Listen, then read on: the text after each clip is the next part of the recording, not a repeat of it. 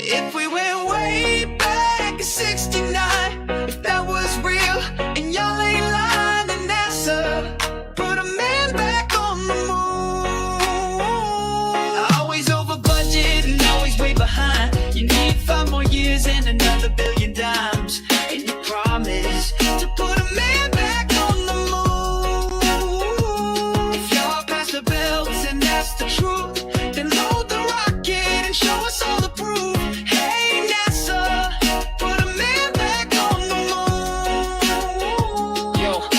In 69, with tech is dead and gone. Brain code off punch cards, now we're swiping on our phones, but no boot since that's half a century past. Who would have thought that that one small step could be the last? And burn the blueprints. Come on, stop with the cap. You don't lose how to do the moon, bro. That's a trap. Artemis is late. Constellation got trash. Starship keeps exploding. SLS burns cash. Promise moon by 2020. Got delay after lie. You went from world's greatest feat to our rockets hardly fly. So it Buzz and Neil made it through the Van Allen zone and get your ass back out there. Stop hiding that way back in 69. If that was real and y'all ain't lying, then NASA put a man back on the moon. Always over budget and always way behind. You need 5 more years and another billion dimes. And you promise to put a man back on the moon. If y'all pass the belts and that's the truth, then load the rocket and show us all the proof. Hey NASA, put a man back on the moon. Yo, Bershit crashed, Vikram crashed, Russia's Lunar 25 straight lunar trash. Peregrine dead, Constellation gone. Blue Origin is a carnival ride, stop me if I'm wrong. You had the crown, now you stalling like a clown. Got SpaceX gambling while your budget bleeds out, saying soon we'll land. Yeah, I heard that too. Back in 2004 from freaking George W. 50 years of maybe billions blown on plans, but not one damn boot in that lunar sand. So if the science is settled and y'all really went, then do it again. Stop paying rent to pretend. If we went way back in 69, if that was real and y'all ain't lying, then NASA put a man back on the moon.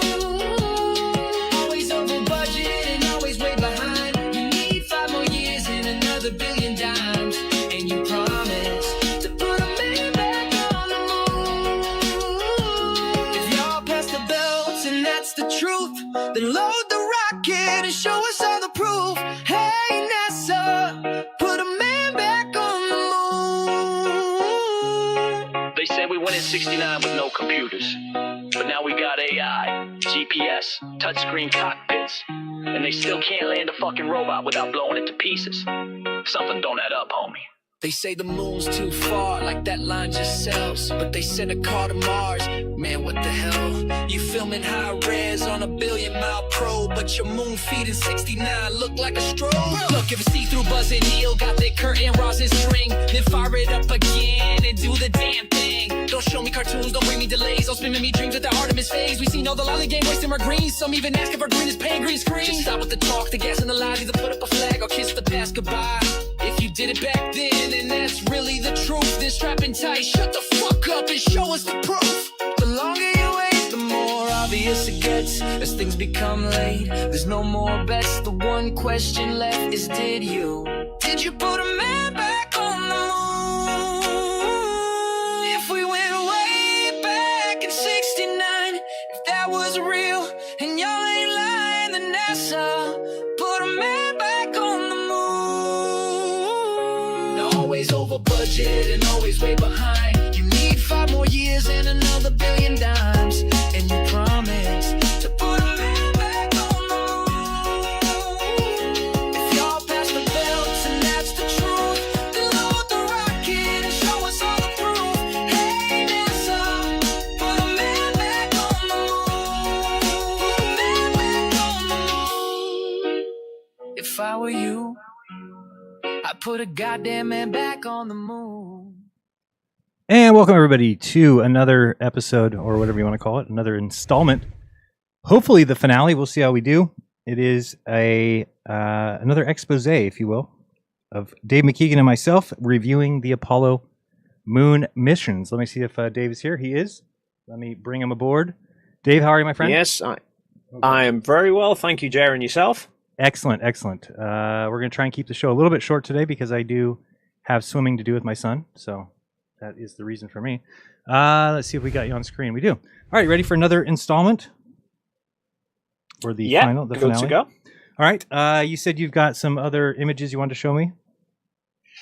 Yes, so I was having a dig through. I know following our last conversation, I showed you some of the... I've been looking through some of the photos, and I found those ones from Apollo 15 where you could see some parallax shift in the background. Right. I was trying to find some other examples along the lines of that. I have found quite a few, but then I did a stream just the other night where I was going through a load of the photos, and then Ian Reagan, who is actually in my chat at the moment, I think he's one of the contributors to the Apollo Surface Journal. Okay. And he pointed to a really good example, which I've been looking through, and then I saw that you did a video. I haven't had a chance to watch it. That you said something about a picture being too good to be true. What was that about? Can you get an overview? So that was it. There's an argument that quite often gets put forward that people say that the lunar surface photos look too professional to have been taken by amateurs. Essentially, that just generally the photos look too good. Okay. And so therefore, in their mind, that points towards it being done in a studio by professionals, essentially. So I was going through all the photos, because if you look, obviously you've looked extensively now at quite a lot of the photos, and the vast majority of them aren't actually that good. They're just a very random things, or sometimes they're really bad pictures. Yeah, exactly. Yeah, so I think some people are just seeing the very few good selected ones that NASA have decided to kind of highlight and gone, they look too professional, rather than thinking, if you throw enough shit, some sticks. Right. Well, I've noticed that it's kind of funny that it seems like the conspiracy line is that if there's too many pictures, well, that's evidence of the hoax. And then if there's not enough, that's evidence of the hoax. So it's basically however many pictures there is, it shouldn't be that way. It should be the other way. So I've kind of noticed that. It's so definitely a problem. I've just gone for screen share. Okay. Let me get over there. I was doing something. All right, I see it over there. Oops, let me move it over here. Give me a second, and we should see if it's squared away. Finally, it looks like your whole screen is there. I don't know why that was happening last time, or your screen kept getting cut off. Okay, we can see it. So is it just that small picture, or you want that whole gray screen shown? The whole gray. Well, I mean, the whole gray screen. Either or. This is just Photoshop. I've got the pictures loaded up here. So gotcha. Okay, so we got that, and I'll put our pictures on after. Go ahead. Yeah, so these are, I'll just show you the folder here that is all these photos from Apollo 17. Okay, so this is a complete string of photos, successive photos taken from on the rover. You can see those there. So if I just sort of flick through, you can see there's a whole load of them whilst they're driving around on the rover. Yeah. Okay, and this is 16? So 17, sorry. This is Apollo 17 magazine 141 photos 21,520 through to 21,574. So in particular, what I was pointed to from Ian is, see in these photos, that particular rock there. Okay. So as they're driving towards it, right, that is actually that rock. What? Yeah, but from way back here. So what I've been doing in Photoshop is overlaying. See there? Okay. Getting closer. Oh, wow. Right, the way, so that. So I've just been playing around with these now, and from some of these ones, I think it's those. Oh, I realigned them all because they're all crooked. But here, I think I was I was doing some more, but I was centering them on a rock further behind. Yeah, this cluster behind those ones. I was just in the middle of doing this. And you can see, obviously. I've never seen that before. No, well, I'd glanced over them, but the thing is, when you're just looking through individual photos, right, you just think that looks like a small rock. It's difficult to tell. Yeah, I mean, this is kind of harks right back to what we talked about in the very first discussion we had, and I said you don't know how far away things are because there's no atmosphere, and so. You know, you're kind of just assuming that's a small rock that's quite close, when in reality it's not, but you kind of don't see it until you kind of compare directly. Right. So I think I found somewhere. I was doing one before. I'm just going to try and put this together for you because I know the parallax shift was. Yeah, that's one of the big ones for me. So I noticed when I was comparing these photos, you could see the shift in the parallax of the rocks. I think it might have been that one. So I was running a bit behind with everything, so I was trying to get it all ready. No problem. I got rid of my playlist. I had a playlist of a bunch of videos and it disappeared, but I can move it back over. So I'll have everything ready here in a second. I just had a couple videos to show, but nothing too big. Oh, and by the way, to everybody watching, there is on the top of the screen, well, there was, I'll put it back up in a second, is a link to tinyurl.com/Apollo 2025. And if you are one of the hoax pushers and you've got evidence that you want to have reviewed, please submit it there rather than just say, well, Jeran didn't tell you, Jeran didn't submit the evidence. He didn't actually show that the Apollos are fake. So that's your opportunity if you've got some sort of evidence, but it has to be evidence. Don't just tell me, of course, we know it's fake. That's not going to get very far. So, and yeah, so wow, I think it was kind of there. You could see, yeah, at least a little shift between the rocks there, and then I think I recentered them to those ones in the background, which is where I was at before. That's not the one that they walk up to, though. No, right? Remember, they walk up to that. No, really that big, was that was Big Rock on Apollo 16. But then, yeah, this is when they reach the very edge of that rock. So you can see those three rocks in the background. There are those three there. But by that point, they were already sort of right up to the edge of the rock. So yeah, that was basically the main one that I really wanted to highlight. That's obviously a considerable distance that they've covered, which would be far more than any possible with any studio. And so the guy that did the Surface Journal, you said he's in your chat. Does he? Yeah, Ian. Yeah, Ian. Does he have a? Did he give you any reason why a lot of those links to videos aren't working anymore? No, sorry, it wasn't Ian. It was sorry. Ian is in the chat, and he is, I think, part of the Surface Journal, but he wasn't the guy who sent me these ones. He sent me another example, actually, that I could bring up. I don't know, Ian, if you can point to why, if you know, Jeran's asking why the videos on the Surface Journal don't work anymore. Most of them you can find. You can find them. It's just a matter of digging for whatever reason. I don't know if they just moved all the archives and the links broke or whatever. But yeah, one that Ian kind of highlighted to me was the example that I gave you last time with the Apollo 15 shot, where I showed you the wide angle photo of the whole lunar surface and then the really close in one of the lunar module, and I overlaid them. Right. He showed the same ones. You can do the same ones with photos from Apollo 16 and show the lunar modules visible. And I think it's on the 17 as well. I think on all three of the missions where they had the rover, they were able to get telephoto views of the lunar module from sort of several miles away. Okay.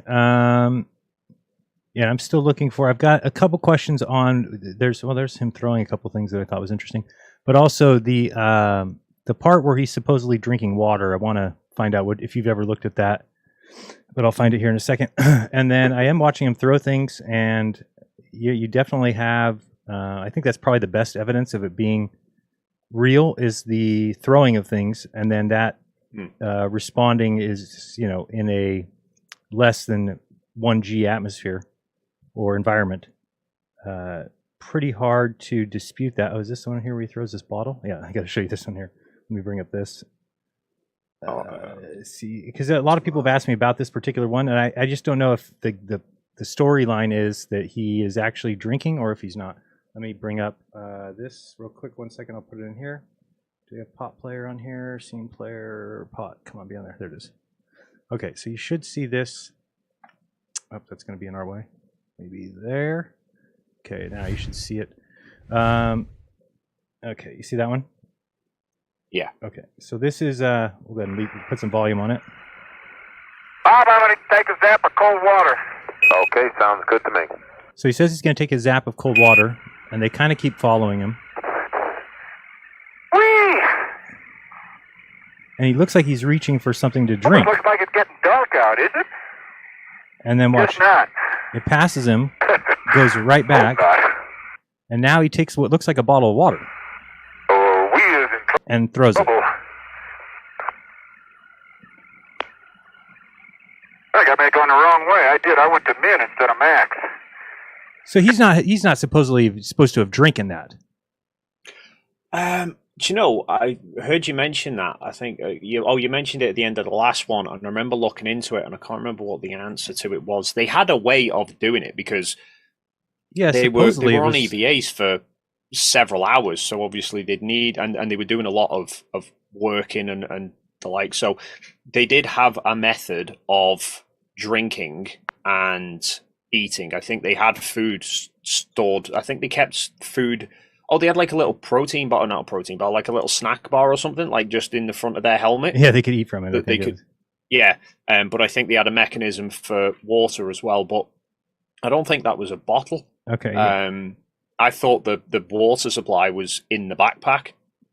So yeah, I thought so too, and I think they're supposed to have a straw. But then somebody had said that they had seen that there was a hole in the front of their helmet that was supposed to be an access hole, which I never even heard before. And then they were saying something about you could screw a bottle onto it and drink from it, but I don't think that they claim to have done that. So and yeah, it's kind of too quick. There was anyway. Probably sort of contingency systems or. So when he says he's going to get a drink of water, he just means from I think his it suit. just means out of his suit. Yeah, and then they thought that this throw looks peculiar. I tried to watch it slower, so it goes right past him, right back, and then he grabs a bottle. Looks like out of some bucket. And then this throw here, they just thought that whatever that is, I don't know what he's throwing, but I don't think that's a bottle because that's not a bucket. That's one of the surface experiments. There's photos of it I've got somewhere. I recognize it with that antenna sticking out the top of it. Yeah, I don't think it's a bottle either. But it is just kind of a strange looking throw. But again, it's not going to look like an Earth throw anyway. So there's that one, and then I'll find some other ones that people had questions on. But I mean, for me, I think what's coming to be kind of obvious is that the evidence that to say it didn't happen, I think, is lacking severely. And if I'm wrong about that, then people can submit evidence. But I think that, yeah, even for me, I want him to go back. And that, I think, is one of the best ways. Like, I feel bad for Buzz and Neil. Honestly, if they went, the shit that they've gotten because NASA hasn't gone back is pretty extensive. I mean, I think that it's, and if I were them, I'd be pissed. I'd be livid that they just haven't gone back. And it seems like something that should be doable. And even despite the politics and everything else, that I think that the longer that goes on with them not going back, they should expect more and more people to start doubting this because, especially like you said the new generation, the people that are younger, may look at this and just say, well, this doesn't look legit. And I think if you really think about it, it's 2025. The video, what we would get now would be amazing. So I think it would really just be awesome. Now, people might say, yeah, but the conspiracy theorists will still say it's fake. That may be true.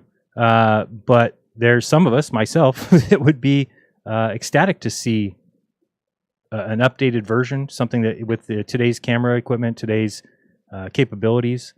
And you can't go from the greatest feat that humans have ever done, and then just, so that's what NASA's done. They've gone from doing the greatest thing that humans have ever done to not really doing much. So again, people might say, "Oh, that's crazy. They do a lot." Well, I think that going to the moon is a pretty big deal. It's kind of like awe-inspiring in many ways. I can see why the boomers, the people of that generation, are so attached to it and love it so much, because it is pretty telling of American ingenuity, American cohesiveness, and how we accomplish something by putting our minds to it. So I just think that they need to do it again. But for me at this point, when you're talking about hardcore, now I do think that it is the person, the pro claim that has the burden. So the people who say we did go to the moon has the burden of proof. They've got 16,000 photographs. They've got video footage. They've got data that is through the wazoo. If you look up at the Surface Journal, you look at the just the paperwork that you can access today, and all the plans that you can access today. It's an extensive amount of stuff that. So I think that they have done at least what they need to do. If it is fake, then it's on people's. Then it's the people making that claim that need to show why it's fake. And if your evidence is just, well, you haven't gone back, well, that doesn't mean it's fake. It definitely should make people question, but I don't think that that's evidence alone that it's fake. So, where is that exact evidence that it is fake? I think what you showed with Bart Cybrell's footage was huge, because I think a lot of people base a lot on that video footage, and you showed that they were at the window and they did back away. And I think we can tell that without a doubt. So that kind of puts Bart Cybrell's whole position in the trash. And then I start thinking of other people who have come up with good stuff, and I really can't think of very many. So I don't know. You seen anything that's compelled you, or just basically everything confirms it to you? I know I've asked you that. Nothing that I can't find a viable explanation for, and certainly nothing that overcomes everything else that I've seen. But for me, the sticking point for me has always been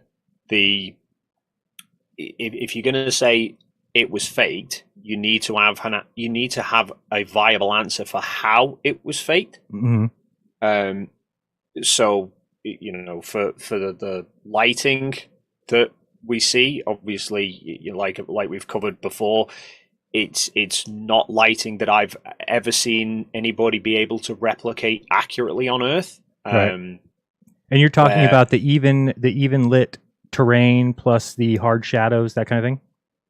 Yeah, so if you look through the photos where you've got a great distance from your foreground to your background, nowhere near the lunar module, by the way, because everyone brings up like Apollo 11 and say there's light fall off. Well, you're standing next to a massive foil-covered spacecraft that's then reflecting light all over the place and basically acting like a secondary light source.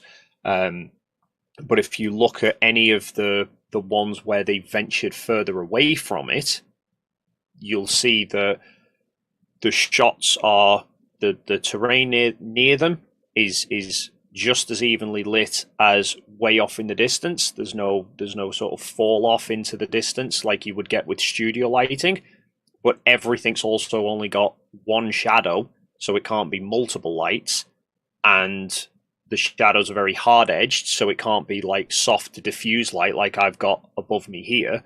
I've asked every person who's tried arguing it. I've tried saying, "Can you show me one?" I've never had a single person been able to show me a lighting setup that can replicate it.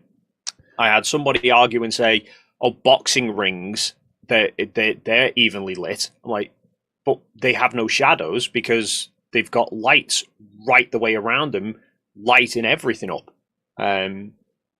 Yeah, so that for me is a big sticking point. But then obviously you throw everything else into it as well. Like, I mean, I think the footage you've got here. Well, like this is something a lot of people think is they're on cables or wires because it doesn't look natural, but it is the 1.6G environment. But I was watching this and trying to picture, if you picture him on wires right now, you'll notice that as he falls, he kind of does something right here that just wouldn't work with wires. No, as soon as he rolls over, if that was on wires, as soon as he rolled onto his back there, he'd be tangled up in the wire. Right, and he actually continues and completes that turn. See, so now he's basically done 2 full turns. So his wires would be all crossed, and yet he just comes right back like nothing. So that is something I formerly thought was pretty good evidence of what, because I do see what they're talking about here. That it just looks like there's a little, it's just unnatural, but again, it's 1.6G. So if that were the case, then you would be lighter on your feet, and you would kind of take a tumble like this. But that would be very difficult on strings to well, the thing is, like like you show that there where he's tumbled over, but then that little tripod stand behind him that he catches with his foot, that also floats. So that would have to be on a wire as well. Where were you talking about? You mean he kicks it? So yeah. So if you watch as he flies over. Yeah. There. See, that's just not as fast as it would move on Earth. No, it is slow. And the dust that's kicked up by it as well. Everything is kind of like if you say, oh well, that his behavior looks unnatural, but then nothing else fits either. But they did there's a lot of videos on YouTube. If you look through like Apollo training, particularly, I think some of the they do ones that they call like NASA quarterly report videos, where they kind of give overviews of all sorts, but they did a lot of training in 0G planes on how to move and test the suits out, because obviously they had to be prepared that there was a potential that they could end up in a situation like that where they fall over, and they needed to know beforehand, can they get back up? Right. So they did have there's footage of them in the 0G planes, right, where they would push them, they would knock them down. I've seen it, right? Yeah, and then they've got to see, can they get back up? Can they figure out how to do that? So, yeah, there's so much, even like the tiny little details as well. Like, and this is one of the things I love about like these conversations. So many people have said to me, "Why are you wasting your time with Jeran? He's never going to change his mind." I'm like, it's just I've enjoyed going through all of this and finding these weird things like. Me too. Strange little details like Apollo 14's lunar module. So every Apollo crew could name they named their own spacecraft. The crew chose the names. They did start to put some restrictions on that after one of them got called Guppy and Charlie. I think they picked one called Guppy. Oh, Snoopy and Charlie Brown, I think it was, on Apollo 9. And then NASA kind of said, right, behave yourselves. But Apollo 14's lunar module was called Antares. And the reason why is it was chosen by Stuart Roscoe, who was the lunar module pilot. And it was because Antares was the star that he would be aligning to as they were doing the powered descent to the moon. It's tiny little details like that. You think, how has that guy gone through that much of a detail? Like, they're doing all these weird things. Why would they focus on what particular star they were needing to use to do a descent at the moon if they're just in a studio faking it? Yeah, there's lots of all these weird things, and you think there's such attention to detail, and yet they seem to think that people wouldn't notice them falling around in wires. Yeah, I think that and for anybody who thinks that I won't change my mind, they obviously haven't been paying attention for 6 months. But it needs to be the evidence needs to be full on one side. I mean, that's just basically what it comes down to. Is that if you ask me about the moon landing ahead, 6 months ago, I would say, of course, I don't think we went. But the more I've reviewed this footage, the more I'm having trouble finding anything that I can point to as evidence. In fact, I'm watching hours and hours of footage looking for that one bit of evidence, right? And I've tried to relook at this without that idea, because that's what I did before, which was, oh, the Earth's flat, so let me go and watch this, 3-hour documentary, and then I'll pull out of that the one statement that they make that makes it kind of look like the Earth is flat, and then run with that. But then you're using confirmation bias. So I've redone the way I look into footage. So I'm not looking at this and saying, okay, I want to specifically look for fakery, as I look at the whole picture. And I think the whole picture that you get is one that certainly looks like it's a complete picture. That, again, people can get as mad as they want, and this is why people don't like me very much, is because I can't be bullied into a belief. So right now, I'm sure the conspiracy people are losing their minds and saying, what is Jeran saying, that he thinks we went to the moon? But it actually matters zero to me what anybody else thinks. So, and that's neither here nor there. You take it or leave it. It's just what other people assume. Because again, if you're somebody who says, Jeran, you're so wrong that the moon landing was fake, okay, then provide the evidence for it. And if your evidence is simply, well, of course we know it's fake, and how could it be real? And that's really personal incredulity. And that's different than, say, where Austin, I don't know if you watched the debate with Austin and I, but Austin was saying that saying that we falsified the flat Earth is a personal incredulity, because technically he's saying, oh, just because you don't know how it works, or just because you can't explain it, doesn't mean it's not real. I understand that, but the problem is that nobody in the world knows how the flat Earth works with the sun. So it's not personal incredulity. It's almost like worldwide incredulity. Whereas with the moon landing, the difference is, if somebody's saying, oh, I don't believe we went, that is your personal incredulity, because there is people who say that we did go and have evidence that we went. So you see what I'm saying? That there is a difference between when you make a statement like, how do I explain it? Let's say you came home and your child's face is filled with chocolate. And you said, what happened? And they said, oh, the dog ate the bag of cookies. And you'd say, what? And they said, the dog ate the bag of cookies. You're like, no, the chocolate's on your face. And they say, well, Dad, that's personal incredulity. Just because you can't believe that it happened doesn't mean that it's false. Well, and again, that parent is in their right mind thinking, because there's no connection, there's no history of a dog eating cookies and the chocolate getting on the child's face. So that was where I don't really consider that personal incredulity. But when you're talking about the moon landing, I do think of it that way. If somebody's saying, oh, look at this looks fake, right? You're just looking at this film and you're saying it looks fake. Well, to me, that is personal incredulity, because there is people who look at this and say it's real. And so that's the difference, is that they can explain how it's real, how they got there, what craft they used, how much fuel they had, what they used mathematically. They can do all that. So I think it's a little bit different, and that's where I'm starting to draw a line for people to call something fake without providing the actual evidence for it. So if you're somebody out there who says, no, this is definitely fake, then there's that. Oh, let me put that back on the screen real quick. There's that link at the top, tinyurl.com/ this one up there, tinyurl.com/Apollo 2025, and you can head there right now and submit anything, and you can even just write in there if you say, well, this particular mission is definitely fake for this reason.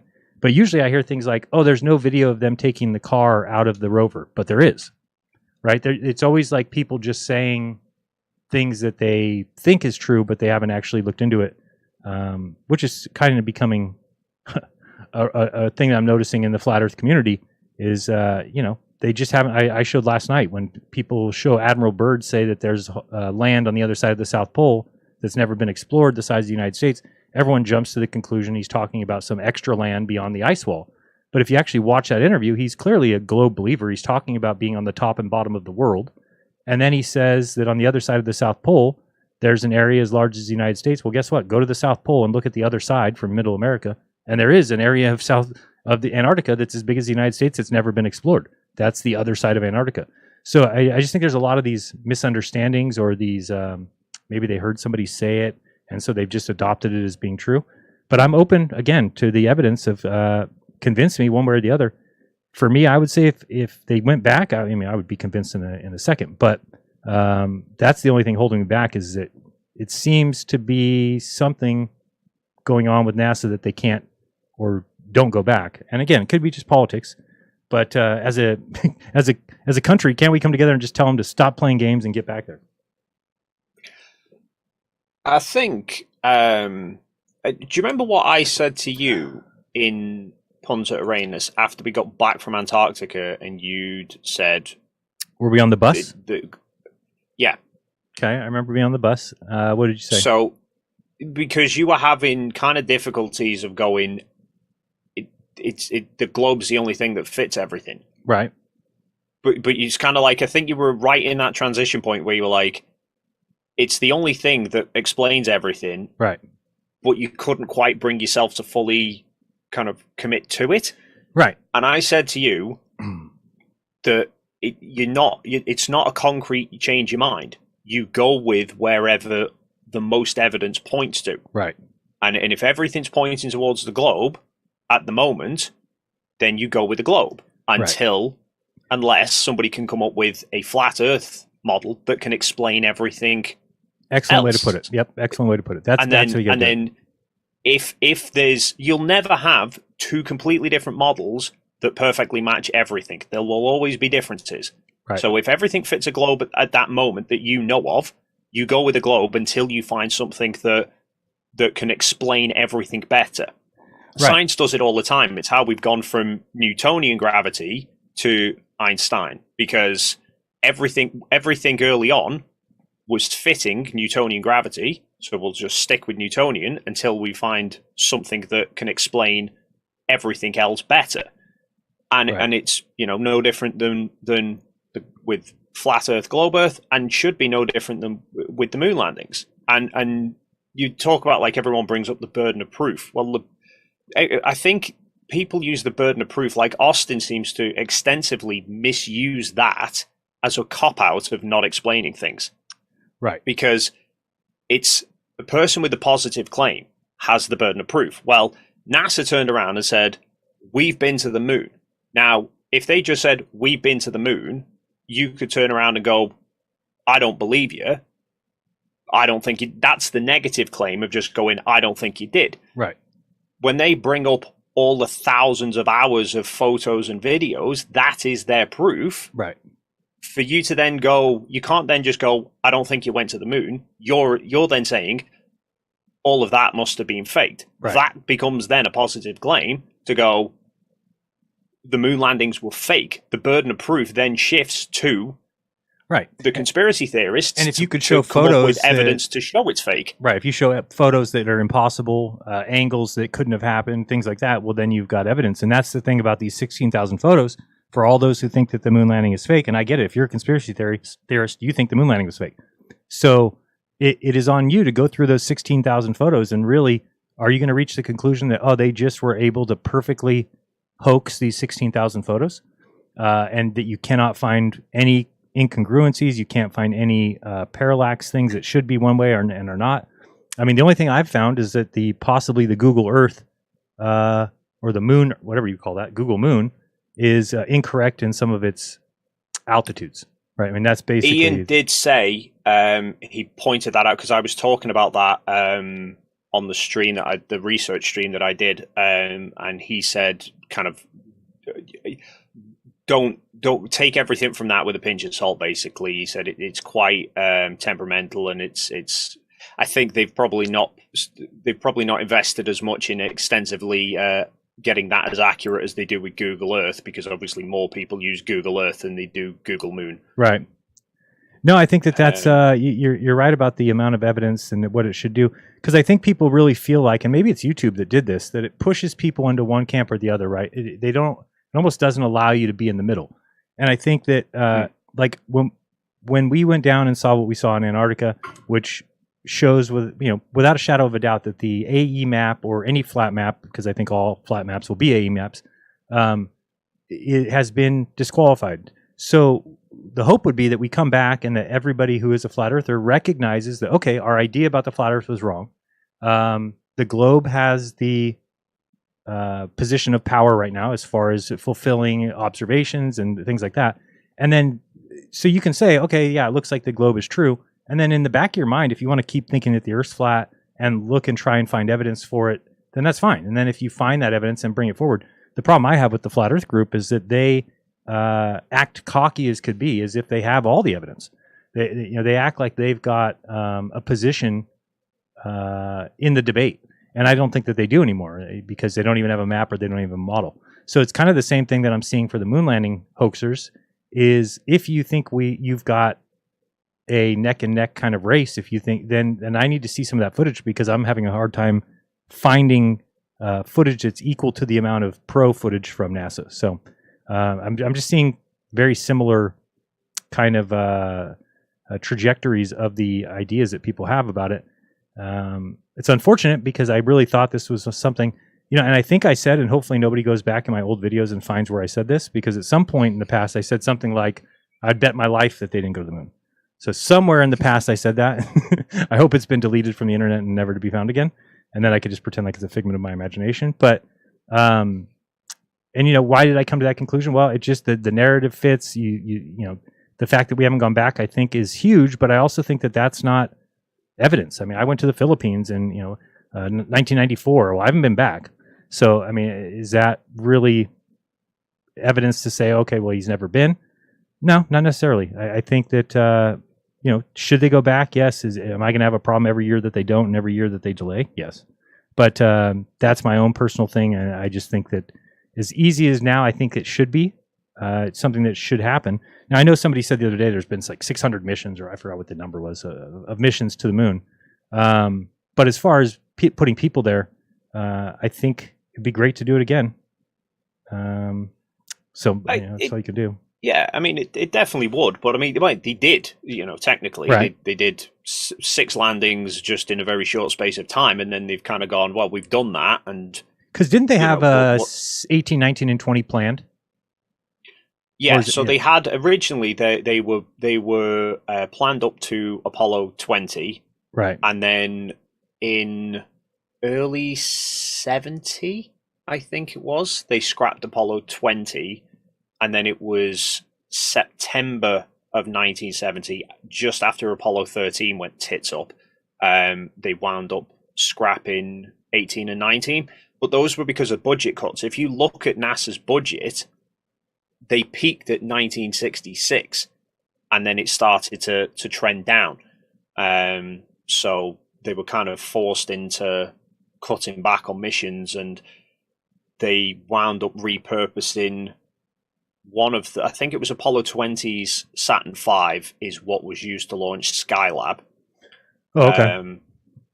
And then the other 2 weren't complete, or they were all in pieces, but then they wound up using those. One of them is, I think it's actually a mixture of 18 and 19's Saturn V's.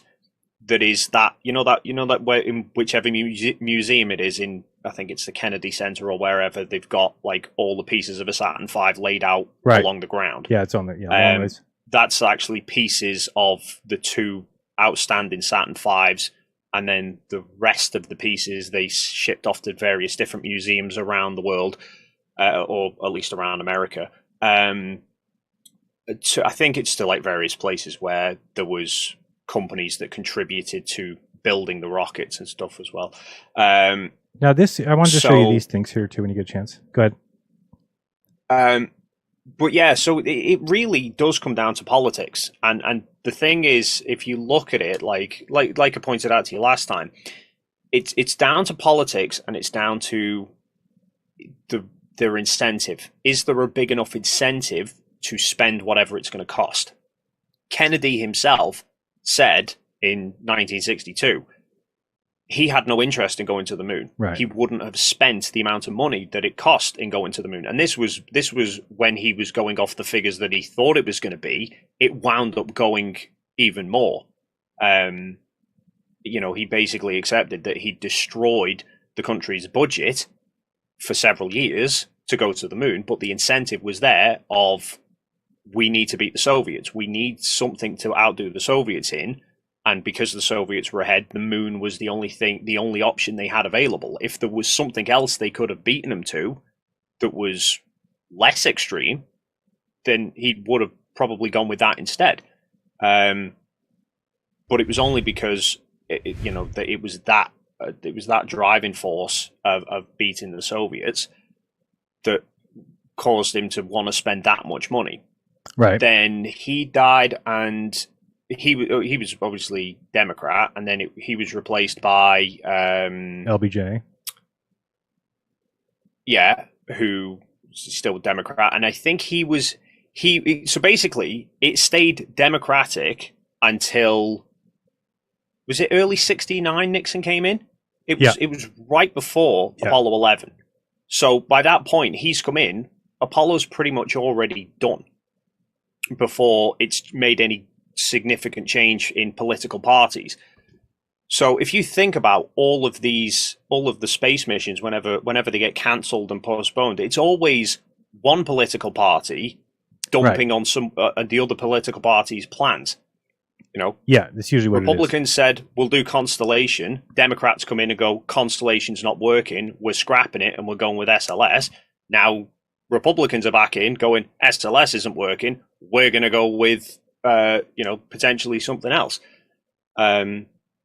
So the politics is the big driving factor, and every single time, pretty much every big space mission, government ones from NASA, has gone over time and over budget. Right. Big time.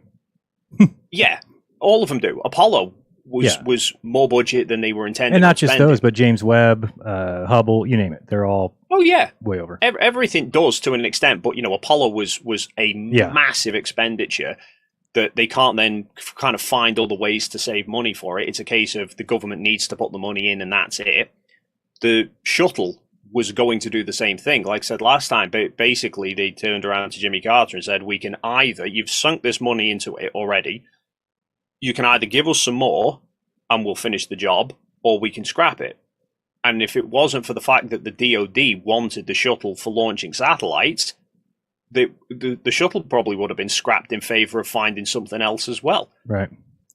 Now, so it's just a thing of, at the minute, going back to the moon, every time something starts going over budget, there's more incentive for them to say, now get rid of that and find us something that can do it cheaper, rather than, we need to beat somebody or do it for some other reason. Right. Now, all these images or these videos of the crafts supposedly in space, do you think that the movements look entirely mechanical, as if, because the hoaxer would say that this is hung by rafters in some sort of a warehouse or something? And the only reason that I would say that has some merit is that it, if you watch any of the movements of these crafts, let me show you another one here, that this coming down here, right, this part. This here coming down, I mean, it looks like it's being lowered on cables, and then it looks like it's being spun. Like, that doesn't look like a natural movement from RCS thrusters. At least what we see today, like we can watch SpaceX deliver a satellite, right? And the things that are launched from the satellites, or the thing that's launched from the second stage, they don't seem to move like that. I would never look at those and say, oh, that looks like it's on strings. Whereas this one, I do think, like right here, this movement, it's coming down and then it's kind of like flipping over. It just looks like it's sounds like herky-jerky. That's like what you would see on wires. You don't see anything weird with any of that, huh? I'll try and find this for some others. So that one is so comparing it to SpaceX, the thing is, a lot of the SpaceX flights are all automated. They're all computer controlled. Right. Whereas obviously Apollo was doing everything eyeball. Correct. And that footage is heavily sped up as well. Yes. No, sorry. All the slight movements are going to be, much more exacerbated than, if you look at some of like the space shuttle flight footage, you'll see the same movements, that they're trying to eyeball everything. But that's kind of like I keep thinking, like, people have this idea of, these two craft approaching each other and stuff. I think mid-air refueling that you see. Right. Where you've got a plane, you've got two planes that are gradually, slowly coming up to each other. That's essentially what was going on there. In terms of the movements,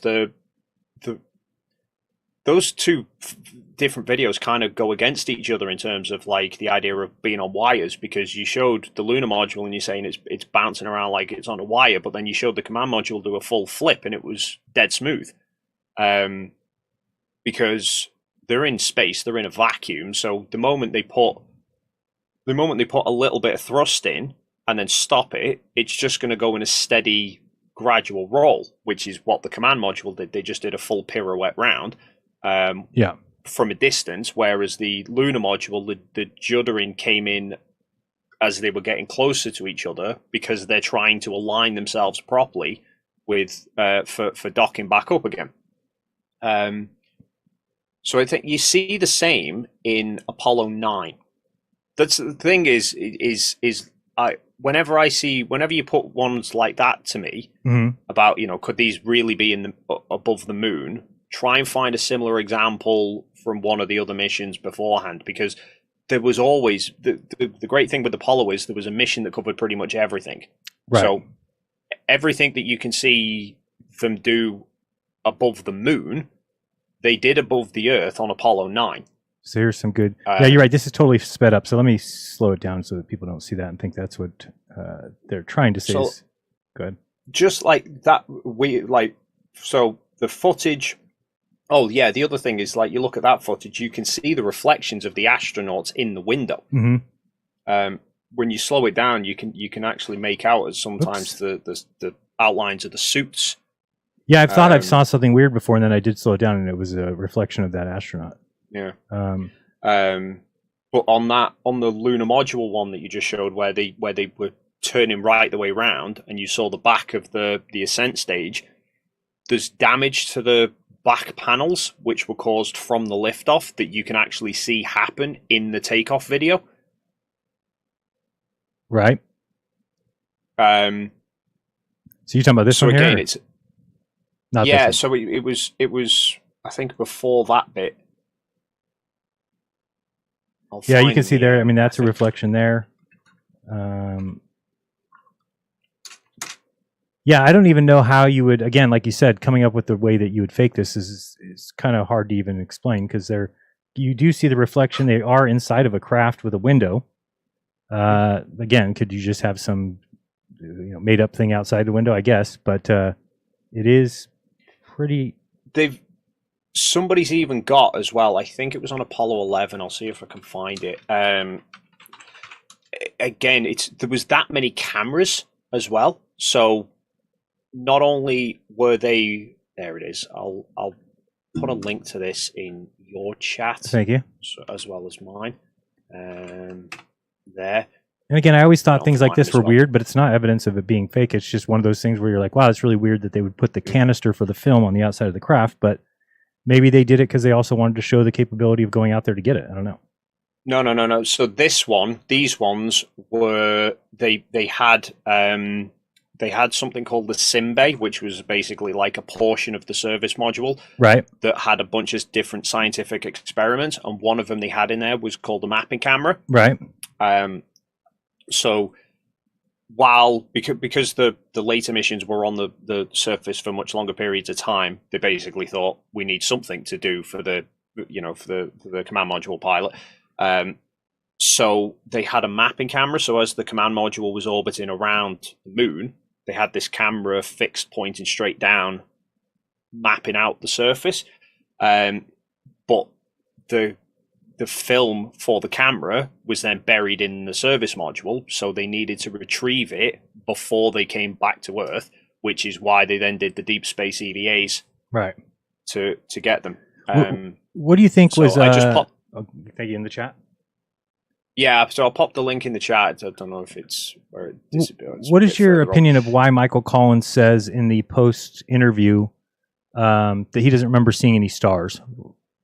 Because if you listen to the question Patrick Moore asked him, it was specifically, they said, it was a two-part question that he put to them, and he said, do you remember seeing any stars while you were on the surface, and did you see any stars in the solar corona? So Armstrong answered in reference to seeing stars on the surface, which is basically you can only see stars when you've not got the sun in your view as well. Mm-hmm. Like you don't see stars on a night if you stood under a street light because your eyes are adjusting to the brightest light.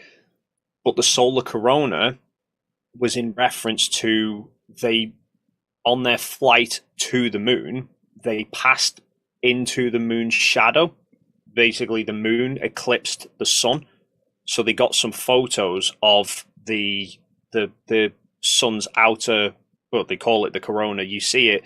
We only see it on Earth, right, during but would eclipses. Would you expect to see stars in the solar corona? You wouldn't think that would even be a good question. Well, that's why. That's why Patrick Moore was asking, because we don't typically see stars in the corona, but there was the first time that they'd experienced basically a total eclipse from space. So Patrick, and obviously because they were much closer to the moon was then much bigger in relation to the sun. So it's not like a total eclipse on Earth where the sun's only just covered. This is quite a noticeable blockage. So you're only seeing the more extreme areas of the corona. So he asked, could you see it or not?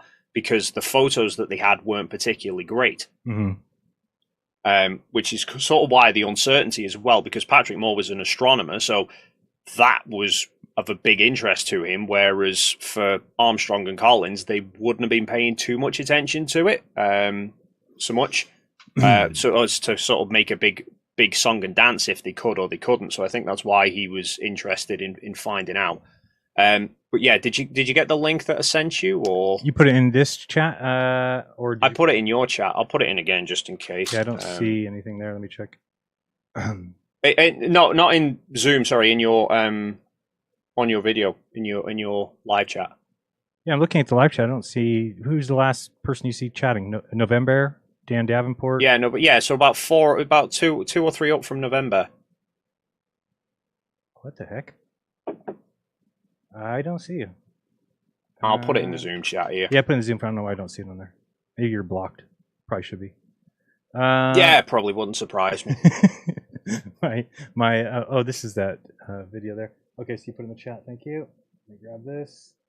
Okay, and what are we looking at here? So did I put the right? That's not the one I sent you, is it? Apollo 11 LM and CM rendezvous. Yeah. So that's it. Yeah. So this is the footage that you see when they're coming back up to the surface, like the footage we were looking at before with the crafts above the moon. They were all shot on the 16mm film cameras, and they had a film camera in each craft. So somebody's actually found the Apollo 11 footage from inside the command module and inside the lunar module and sync them up together. Oh, okay, I got you. So if you skip ahead to it's about the 5-minute mark, you can see it. 5 minute.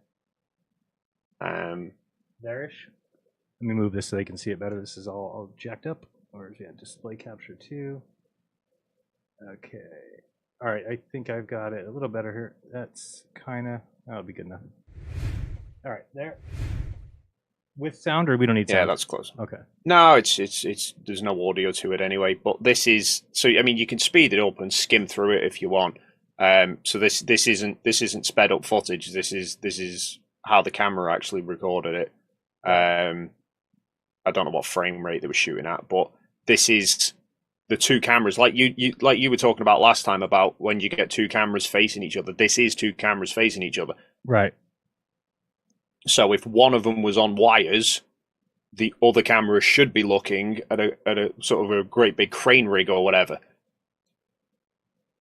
Yeah, I think the other thing that people need to think about is that, again, like I think I mentioned this last time, but just the fact that they did go back so many times, it just doesn't seem like it's like the people, Dave Weiss and other people who still think rocket launches are fake. I just went and saw one this morning. They are launching a rocket every other day at this point. So that's not very likely that all those launches are fake.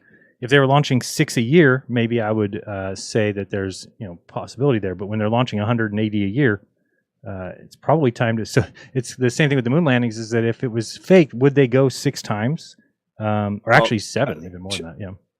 Charlie Duke said exactly that. There was a video somewhere where he was addressing conspiracy theorists, a fairly recent one, and he actually said that. He said, if you're faking it, you don't do it 6 times. You do it once, and you shut the hell up.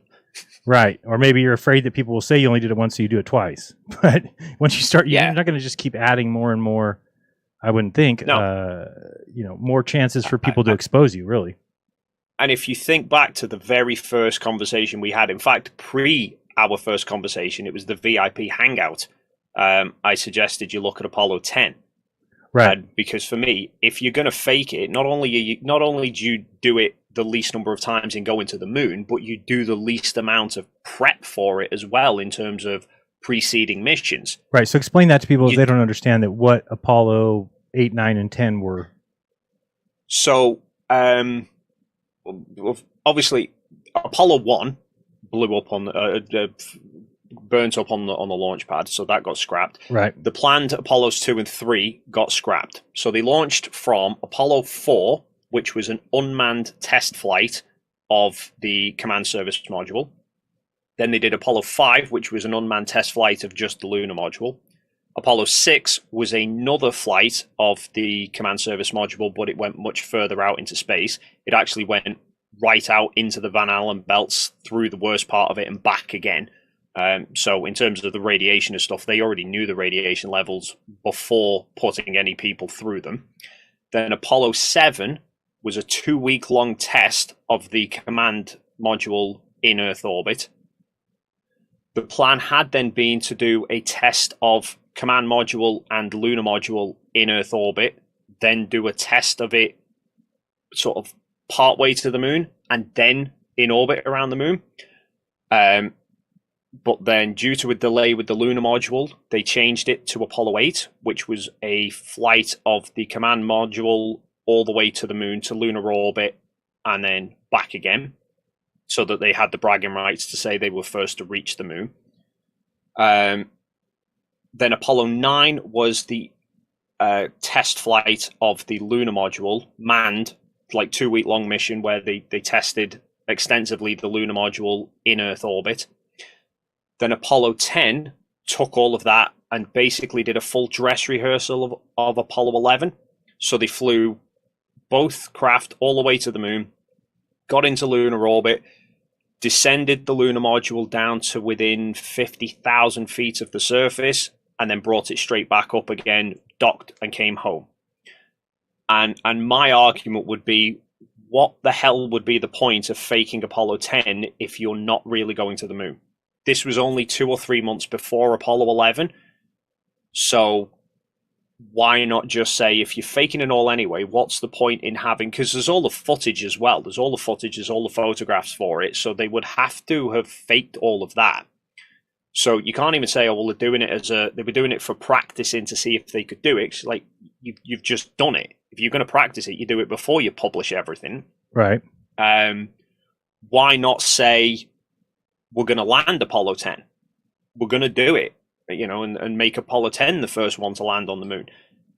Right. Even if people were to say they specifically wanted Armstrong to be the first person on the moon, they picked and chose which crew flew on which flight. They could have just said, well, if we want Armstrong to be the first on the moon, chuck him in Apollo 10.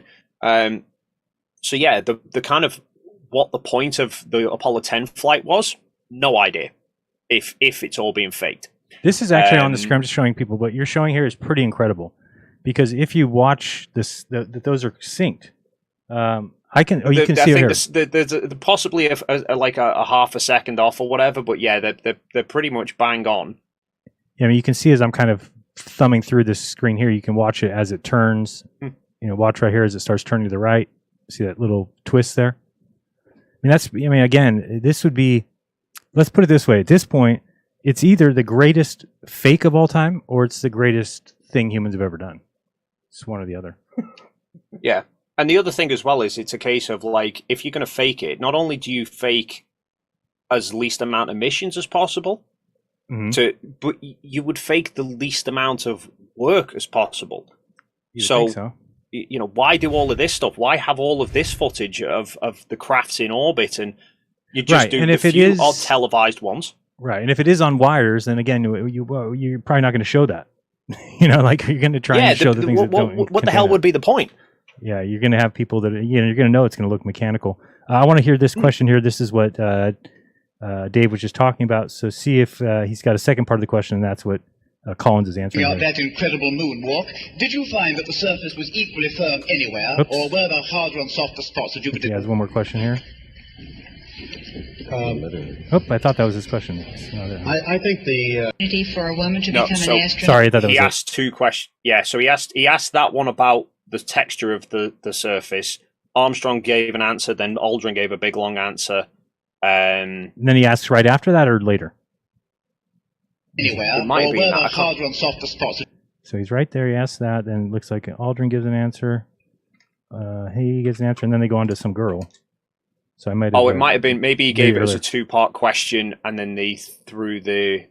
I can't remember. can't It's remember been either. a while since. Anyway, watched it, I was just trying to find that one part. But yeah, and again, I mean, people need to recognize, because I've been one to say they look like their dogs are dead. You know, it looks like, and you know, they were in quarantine for 21 days before this, which is not going to make them very happy. And yeah, so I mean, again, is it evidence? You know, it's peculiar, but again, is it mean that it was fake? No, I don't think it means that. Perhaps a half an inch or A little bit concerned. You I don't see that part. But anyway, I'll see if I can find Sir Patrick Moore. Is he still alive? Yeah, I think so. He is, huh? He's got to be 100. Oh, actually, no, I can't remember. To be honest, I'm not sure. He's one of you guys over there, one of you Brits. So Yeah, I think I can't remember, to be honest. yeah, I don't know either. I just haven't heard of him dying, and I can picture him still with his little monocle, being very old. But now I got to look that up. I don't know if he is or does. Sir Patrick Moore. And you said he's an astronomer?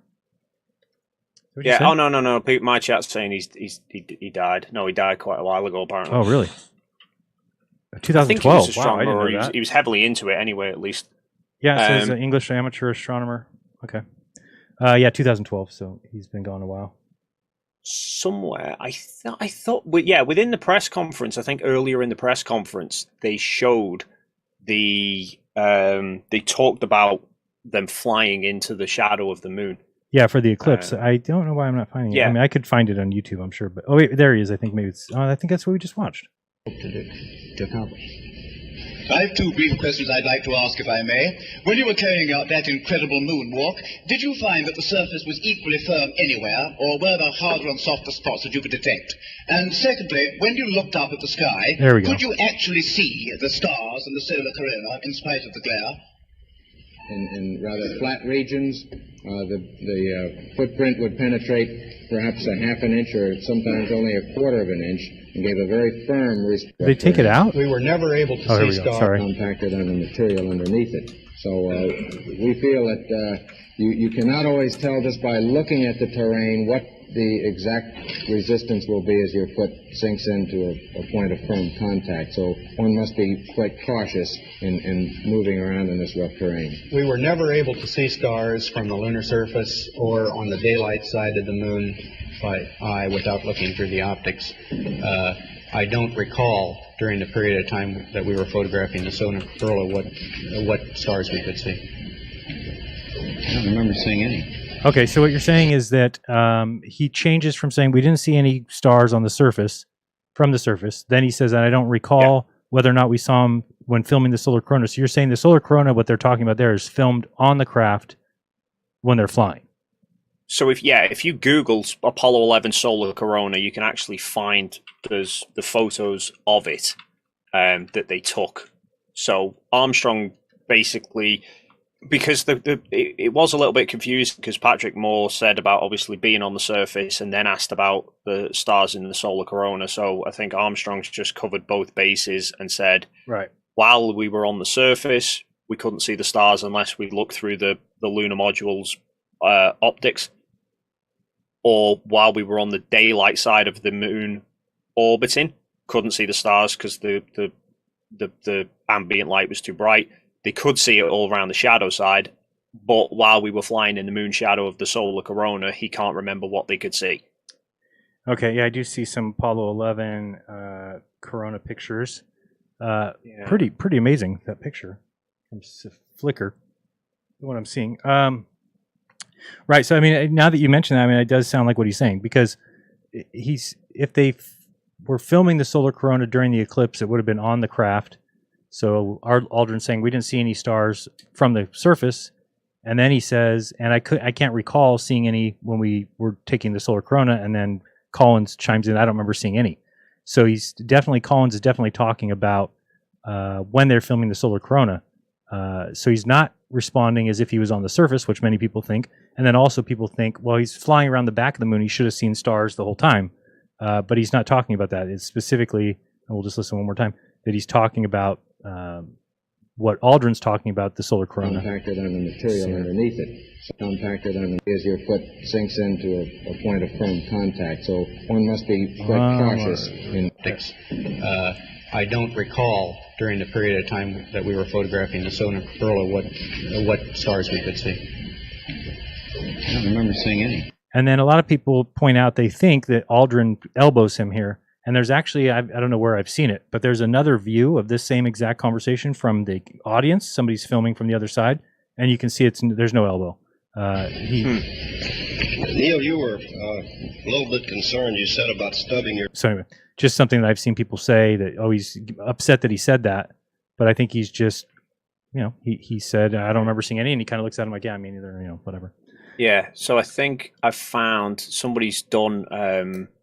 Lunar Module 5 did because they were I think they were showing photos off to the side, which is during the so the bit that everyone brings up is always when they're getting asked questions, but they spent about 40 minutes beforehand going through basically a bunch of the photos. Mm-hmm. That's when they're looking at the screen and talking about things.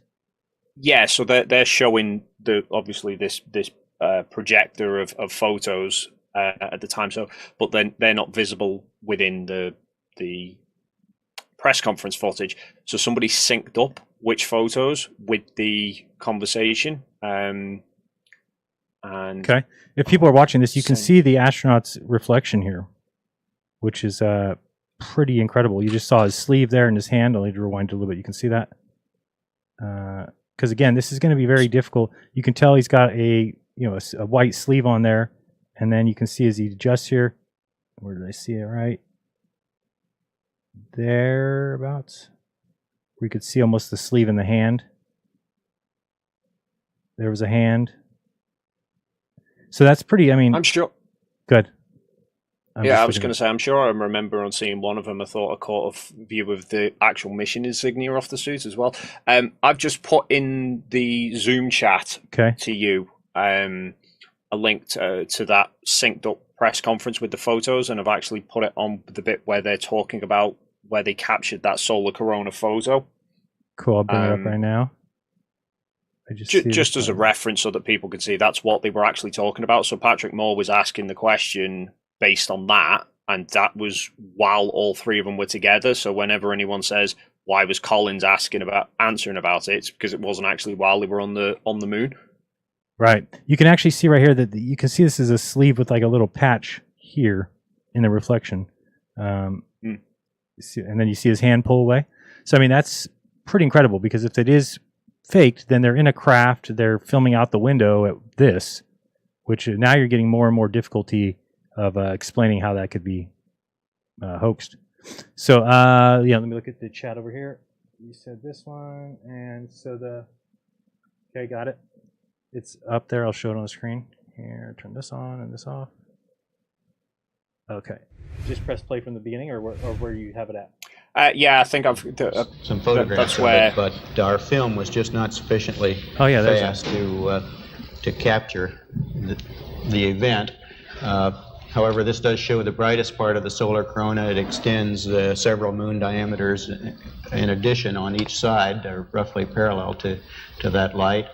But the striking thing to us as observers was not the solar corona, but the moon itself. Of course, it was dark, unilluminated by the sun, but it was illuminated by the Earth. And at this relatively close range, it had a decided three-dimensional effect, and was undoubtedly one of the most impressive sights of the flight. As we left the moon after a successful TEI, this is the view that we observed. I think that, at least from where I sit here on the stage, the colors that you see there are quite close to being actually represented. What do you think about when he says So he's in an interview, I believe it's with Sir Patrick Moore, when he says that the only thing that's visible in cislunar space is the sun and the moon and the Earth. So cislunar space is that coast phase between the Earth and the moon. Right. So wouldn't you expect to see stars there? No.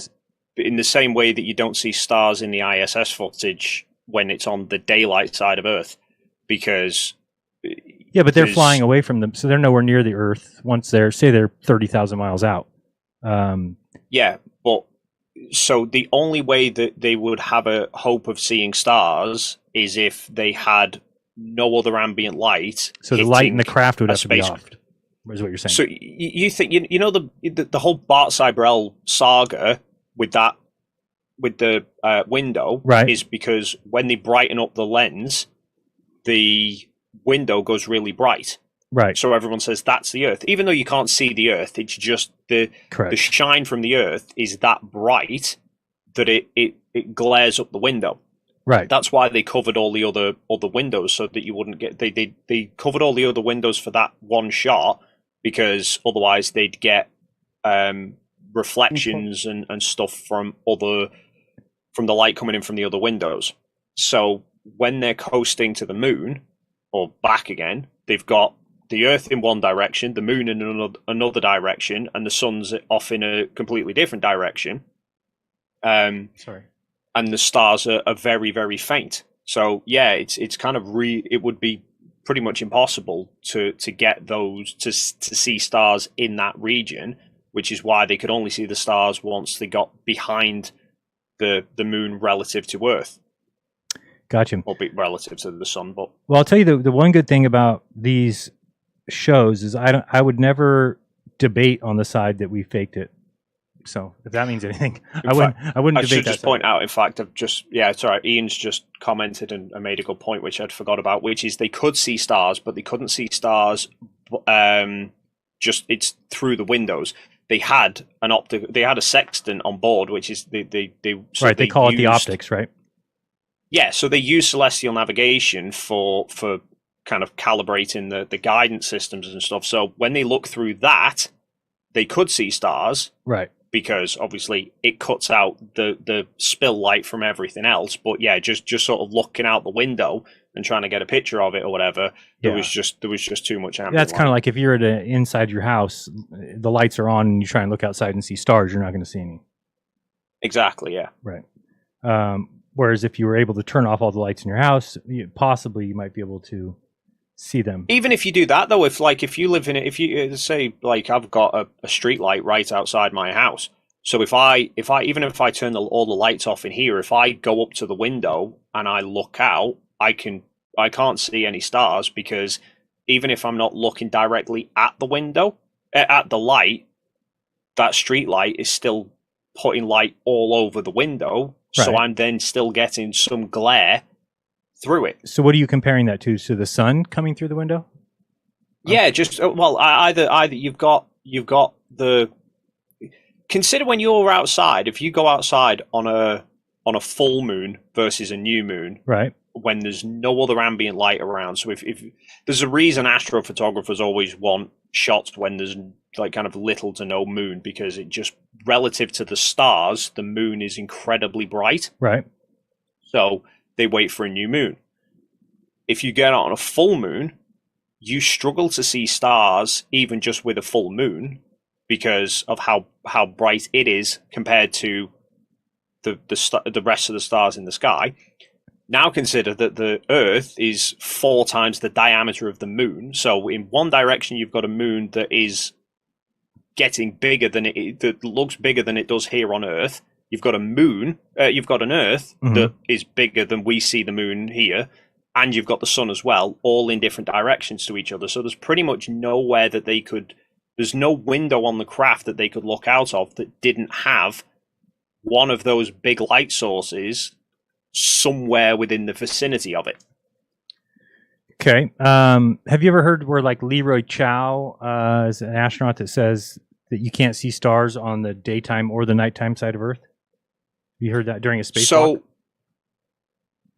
Yeah. So I think if you get because they're not always visible. They'll be visible in the right conditions, and obviously the ISS, you've then got there'll be days on the ISS where the moon is on the backside of the Earth. So if you catch if you're on the ISS and you've got the moon's on the shadow side of the Earth and the sun's off in one direction, and the Earth would then naturally be behind you if you're looking at a window that's right out into space. So you would then have a window where you've only got you've got no light sources, because you'd have it so that the sun was not looking at that one particular porthole. Right. Let me see if I can find the Leroy Chow what I'm talking about, because he's making it sound. Oh, it's right here. Let's just listen to this part. Oops, you can't see that. Put it over here and bring this up. Just as one, some question people have. Let me bring this up. Okay. To tell us the truth. And here's something that no one seems to understand. So this part. Genuine. This is from Mark Cameron. Whilst in space, have you ever looked away from Earth into the black void? Yeah. All because the you time. can see. Because you can see the stars. Oh yeah. And pretty much all the time you can see the stars. So he's like pretty much all the time. Okay. It's not a black void. I mean, it's black, but there's all kinds of little polka dots. There's all the stars there, and the cool thing is about it, you can see it during the day. Yeah, you can, and there's more than stars. You can see planets. You can see moons. You see the gas Magellan clouds of the Milky Way you see galaxy. the Magellanic clouds. Magellanic. See, I was. Yeah. All right, interesting. So we can see stars. So this is Leroy Chow. This is the one that's always bothered me. I don't know what he's talking about here. When you're in space and you're looking into deep space and you're on the sun side of the orbit, the sunlight washes out all the starlight, so you can't see any stars, just like here on Earth. But then when you look out into deep space away from the sun, it's the darkest black you can imagine, right? And so what happens is you really lose your depth perception. You can't tell if something's close by or far away. And so because you can see, because you can see the stars. Oh yeah. Do you see that as a discrepancy? I mean, because you got these guys saying you can see stars pretty much all the time, and then you got Leroy Chow saying if you're on the daytime side of Earth, you can't see the stars, and if you're on the nighttime side, you just see a pitch black. So he said the sun side of the orbit. So I think maybe you could argue that's. I would say that's how they're wording it, because if you are, like I said, if you're on the sun side, like if you're right over the GP of the sun. Okay. So you've got the Earth in one direction and the sun directly opposite. Right. You wouldn't see anything. But No if stars. but obviously the ISS doesn't follow the GP of the sun. It's on an inclined orbit, so it's often very rarely with the sun directly above it. So you think clearly if we asked Leroy if he sees stars at night, if he's on the dark side of Earth, you think he would say yes. So he just because what's weird here is he says you can't see it from the daytime side. Then he goes to, and on the nighttime side, all you see is pitch black. So he means pitch black with a bunch of stars. Yeah, so they're kind of saying, like, if we look at the night sky, to us, the night sky, even though it's quite dark, if you try taking pictures of it, whatever, it's actually tinted blue. There's actually kind of a blue faint to it anyway, but like I suppose when there's then no atmosphere, it would be a much darker black. So and again, it's a case of when how do people interpret seeing stars? If you just see one dot, have you seen? Is that deemed as seeing a star, or are you talking about like? Well, you should never see one. I mean, I would think that at least according to like Neil deGrasse, he says that the reason we don't see stars during the day on Earth is because of the atmosphere. That if it wasn't for the atmosphere, that we would see stars and the sun. That's what Neil deGrasse says. Right. That's not very accurate according to astronauts, because astronauts say if you're on the sun side, you don't see any stars, as we'll hear here again one more time. The day side or the night side of Earth. We went up, and when you're in space and you're looking into deep space and you're on the sun side of the orbit, the sunlight washes out all the starlight, so you can't see any stars, just like here on Earth. But then when you look out So I mean, that line right there is much different than Neil deGrasse Tyson is teaching people, because he's saying that the atmosphere is what causes us not to see the stars. And in space, since there's no atmosphere, you would see stars even if on the sun side. So that's a discrepancy there. And again, Neil deGrasse Tyson isn't an astronaut, so You should probably take these guys as yeah. word I mean, for it. yeah. This is the same Neil deGrasse Tyson who said that you couldn't see the curvature from Right. the Red Bull jump, even though the guy who was actually there that Neil Says he deGrasse saw it. Tyson wasn't said you could. Yeah. Yeah, I think you do start to see stars. So if you consider like watch a sun after sunset, just after through sunset and through twilight, even just as the sun's disappearing out of view, you start to see the brightest stars will start to appear. Right. It's only once the sun's completely gone and you've then not got that twilight that you then see all of the stars of the night sky. And it's very much the same with essentially consider the atmosphere in that twilight like the window of a spaceship. If the sun is within its view and putting a sheen over it, you might see an odd star, you might not see any, but what it's about not doing- until you... What about doing a spacewalk, though? If you're on a spacewalk, wouldn't you see stars even if you're on the sun side of the orbit? I've not done a spacewalk to know. Yeah, no, me neither. I just always thought that was one of the weird things. We'll just listen to that one more It's time. the darkest black you can imagine, right? And so what happens is you really lose your depth perception. You can't tell if something's close by or far away. And so This guy, there. Amount of one, you don't have the atmospheric distortion, so they don't twinkle, right? So you see lots of points. And That's another question I wanted to ask you. Somebody asked me, is it true that, as far as I can tell, it is true that the stars twinkle, but planets do not? So, like, if you're looking at Mars, it would not twinkle. If you look at Jupiter or Saturn, it doesn't twinkle, but stars do. And so, usually the answer that you get for that is that the atmosphere is what's causing the twinkle of the stars. But then, wouldn't it cause a twinkle to planets as well?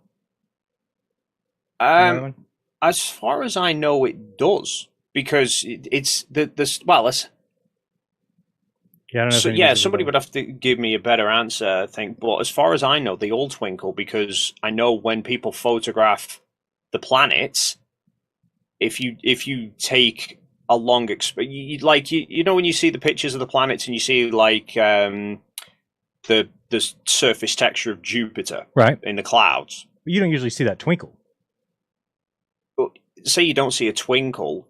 I think they do twinkle. They just maybe it's not as apparent as the stars because maybe I don't know. If anybody in your audience has an answer for that, I know that's well. I've got a few people all saying that they do twinkle. The planets. It's twinkle? the stars twinkle because of the atmosphere, and as far as I know, the planets do as well. Because when you're taking photos of like Jupiter. You have to take lots and lots of pictures and stack them all together to be able to pick out the detail, because everyone's slightly different because of the atmosphere getting in the way.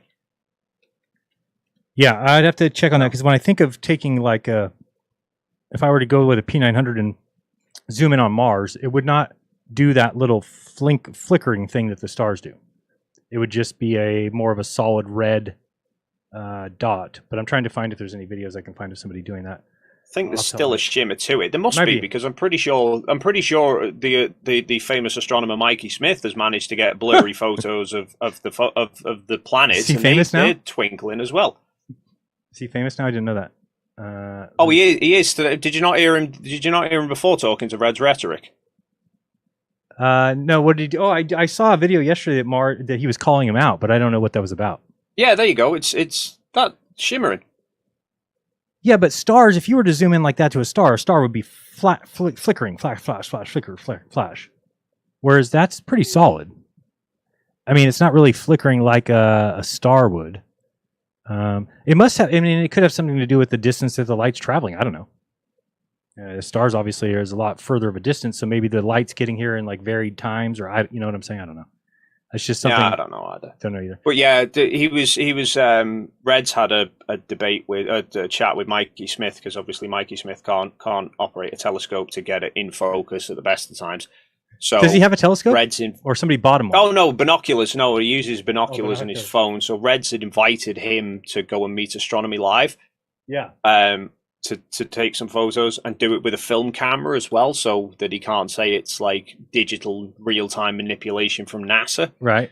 And Mikey Smith was saying, I don't want photos, I want videos. So Reds was trying to explain to him, you can't video a galaxy. He was saying about getting like the Andromeda galaxy or whatever, and he's like, I'll put it in a video.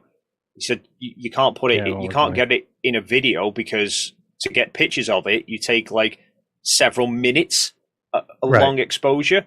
He's like, so you want me to be able to condense a 2-minute long exposure into a 30th of a second video? And Mike's like, yeah. Oh, Mikey. I don't know any flat earther that actually watches him. That's the weird thing. I think it's just you guys. Sadly, it's just you guys. I think he's got a couple of people, but yeah. Maybe. And this is the part I was talking about that people just so they could hear what he's. But I think you're right. I've heard him in other interviews say that through the optics, which I'm assuming is the sextant inside the You can craft. see it. In fact, they're so numerous, it's very difficult to pick out the constellations you and I see here on the ground. Mr. Armstrong, I do realize that when you were on the moon, you had very little time for gazing upwards. But could you tell us something about what the sky actually looks like from the moon, the sun, the earth, the stars, if any, and so on? The sky is a deep black when viewed from the moon, as it is when viewed from cislunar space, the space between the Earth and the moon. The Earth is the only visible object other than the sun that can be seen, although there have been some reports of seeing planets. I myself did not see planets from the surface, but I suspect they might be visible. Yeah. So because you can see. Yeah. I am starting to see that. I am seeing that you can listen to that and actually take it a different way. You know, everyone's experiences are going to be slightly different. But then, I mean, Jeran, you and I had exactly the same thing. I mean, totally. Did you not see the kickoff that I had with Brian's logic, because we were talking about the mountain. Shadow of Mount Rossman at the camp? Yeah, no, totally. And we were both there, and it's like I even remember that because I was like, well, they're confused about when I was saying it, right? Because when we were there, they told us that it was going to get blocked by the mountain. So that's what we assumed. So that's what I thought. And then when we got there, even up to that second night, until I slept in the tent, I thought it was crossing behind that mountain. And it wasn't until after that I found out that it didn't. It was slightly above it. But that's the thing. The shadow, because he was saying, "Where's the shadow from the mountain?" There's no shadow from the mountain, and I said the shadow didn't reach the camp. It wasn't far enough in to reach the camp. And he's like, "But Jeran said it did." I was like, "Well, I'm pretty sure at that time each morning you were in bed asleep anyway, so you wouldn't have seen it." And then it was only when I then went looking back on it. So obviously we've got you saying there was the shadow, and me saying there wasn't. And when I went back and checked the footage, it turned out that the only the very south end of the camp just got the shadow, like 2 or 3 rows of tents, but it missed where I was. Right. So it's like 3 different entire. So and then you're saying the shadow. You're saying it did go over. I'm saying it didn't, and it turned out we were actually somewhere in the middle. Right, and it was also because I was saying that at night, because they were shocked, they couldn't believe that at night it had a difference, but it was different. It was 10 degrees cooler, and there was like a wind, and it was more unpleasant. In the what would call nighttime. But yeah. In terms of this, they're talking about quite different conditions, in the sense that Armstrong was talking about being on the lunar surface, whereas they're talking about being in Earth orbit. So here's something for your audience that I would love to see. This is kind of one of my remaining issues with space and everything like that, is if you can find me any video, and so it's been 23, 24 years. I don't know how long the ISS has been in orbit. 25 years? I don't even know. Something like that. But I just want a video of an astronaut going to the window at night. So on the night side of the orbit, meaning that the Earth is going to be dark. And this way, if they go to the window with a camera, you should be able to see stars. Especially if you're putting the camera up against the window. You might catch a couple, but the most part is like most of the time when they're doing it, they're not going to shoot video because you can't really see stars with video. They'll do photos. And if you look, there's a load of time lapses where you can see them passing into from daylight into shadow, and all the stars become invisible. There's time lapses. The ones that I love seeing are where the time lapses are taken at nighttime, exposed for nighttime, and you can see them coming into sunrise because you start to see the satellites as well. Right. because you can't see the satellites when they're on the shadow side as well, because they're not them reflecting anything, and you can't see them on the daylight side because they're too small and they won't reflect, but they won't kind of stand out as much. But you catch it just at sunrise, while the ISS is still in shadow, and you can see all of the satellites and the space debris flying around. Did you see the video that I did about the one I put out recently? That said, like, the best ISS footage that I've seen. Oh yeah. The like when they're flying through the craft, or they're like floating through. It's like an inside. Yeah, I saw that. Yeah. But that's with a 360 camera. Oh, I did not see that. I did not look at that. Oh no. So that's the thing. I left that as the big reveal. So I'll send you the videos now. Okay. So yeah, these were actually shot with a 360. I'll send you. In fact, I'll just give you this one. Have you? And I know you've shown this website before, but I want people to see it. Damn, it's not a good. Usually they do a better. Well, usually there's better pictures to look at. But have you seen the EOL.jsc.nasa.gov? That's the one I often look at. They've got loads of time lapses on there. But some at daytime, some at nighttime. Right. You can go there pretty much any time, and there's always a new batch. I mean, I would say twice a week they upload a batch. And if you just click, I just put the link in the chat. But if you click latest ISS imagery, then it just lists a bunch, and you can tell these are photos being taken from the ISS. This week is not a good one. I mean, this is it's basically all black. I can barely see a couple cities, and then they show some lightning. But there's really, and then at the very, very, very end, you can see the Earth a couple pictures. But usually it's a lot better than that. And then you can actually search your location. So if you want to see every time they flew over your house, you can go to, I believe it's called search or something, search photos, and then you can draw a picture around your location. So I just wanted people to see that.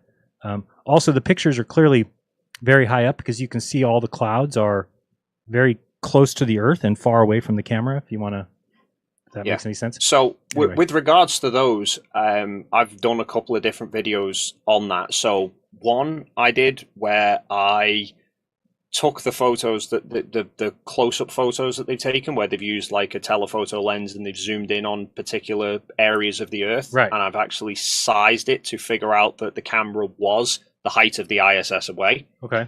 And that's where they're looking sort of straight down on something. I've done weather comparisons where I found a time lapse that was less than a week old, and I found the weather satellite imagery for that exact same day, and I matched up every single cloud pattern right the way through the time lapse. And I've just popped in the Zoom chat for you, Jeran, okay, I'll check that one out. A different 360. It's not the fly-through one. It's one that they take from inside the cupola. So these are all just, I'm showing people, this is from the site is eol.jsc. When I'm searching for it, I'll just type eol.jsc and then this comes up. But you can see all these pictures are looking straight down. These are like, this is all lightning inside of a cloud. And it's, basically you can actually put these into your own time lapse if you wanted to download each one. You can see it's kind of in order. But usually you actually see much better pictures from the Earth. You do see stuff like, let me go to the very end where I saw there was Earth pictures. So like stuff like this. Oops, can you not see that? Yeah, you can. But I mean, that right there, I mean, you can see, look how low the cloud is to the Earth, and then there's no clouds, between that, and look how low. You can just tell this is far away from, But if you look there, so that's got the date that it was taken. Yep. 6/16. And the location. The Nadir location, yes. Yeah. So what you can do is you can go and find the weather radar. Oh, and then match the cloud with that. And match those clouds to the weather radar. Yeah. So anyway, like I said, it's a bad day because they did mostly pictures of nighttime here. But usually I've never seen it. This is probably the worst I've ever seen it. This is all just nighttime pictures, But again, if you come in 2 days, it will be a whole new batch of photographs. And actually you can just search too by going up here, search photos, and then you can just put in your location, or you can put in, you can even type in moon. Watch, if I'm looking for the moon, and then we go submit. sometimes will take a long time because I shouldn't have done the moon. I should have done something else because there's going to be a ton. So any kind of feature like that, now it's going to bring up, it might take a few minutes. And you put the chat over here. Cupola 360.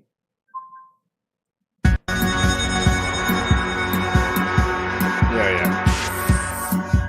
So this is a 360 camera. Wow.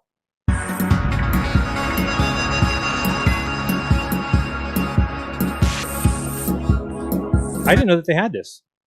I never seen this. Neither did I until a couple of weeks ago when I found them. There's only a few that they've done. It was it's on the European Space Agency. I don't think they didn't. It was an ESA astronaut that did it, so that's why NASA didn't put any of it. But you can literally, if you watch him, like there, he's let go of the camera. The damn thing's floating around.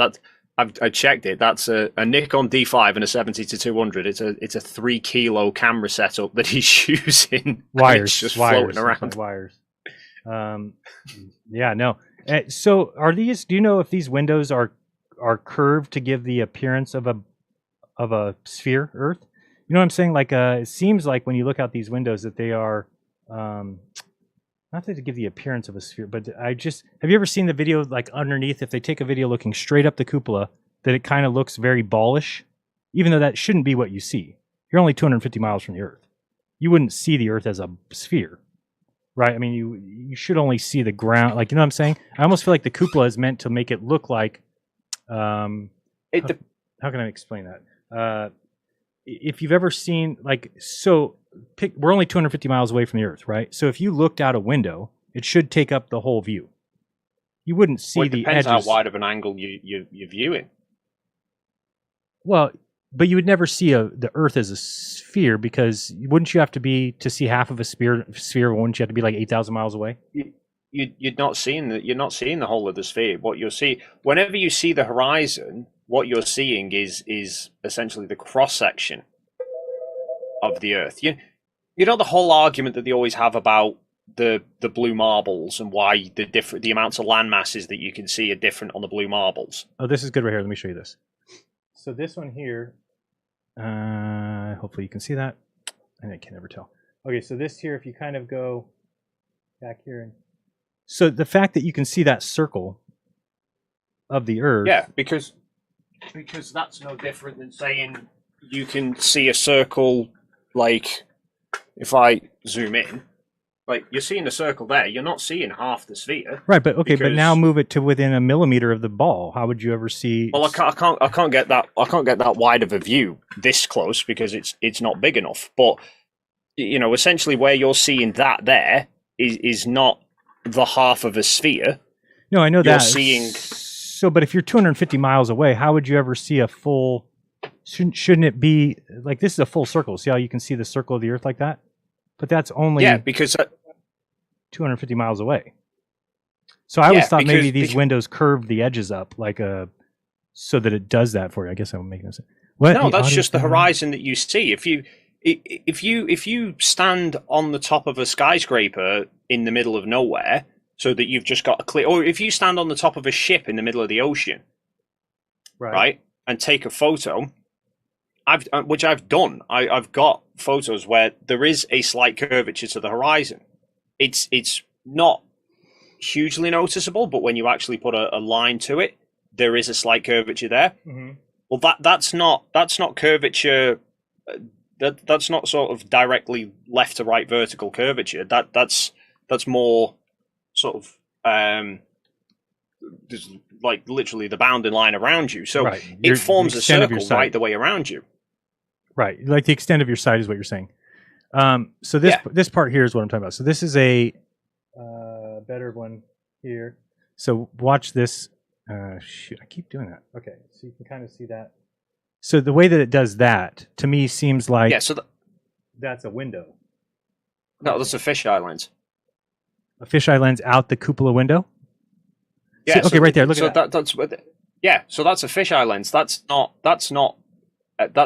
from further back out the cupola with the fisheye lens, so that you're seeing all the windows there that are going around the outer edge of that. Right. They're looking through all of them at once. Okay, so it's fisheye, and then is it kind of like a telephoto as well? Yeah. No. So, yeah.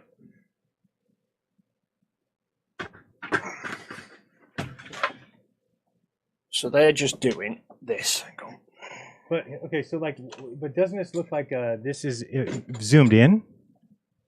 Yeah, see that to me, the middle window's zoomed in, and the outside windows are not. Go ahead, show me.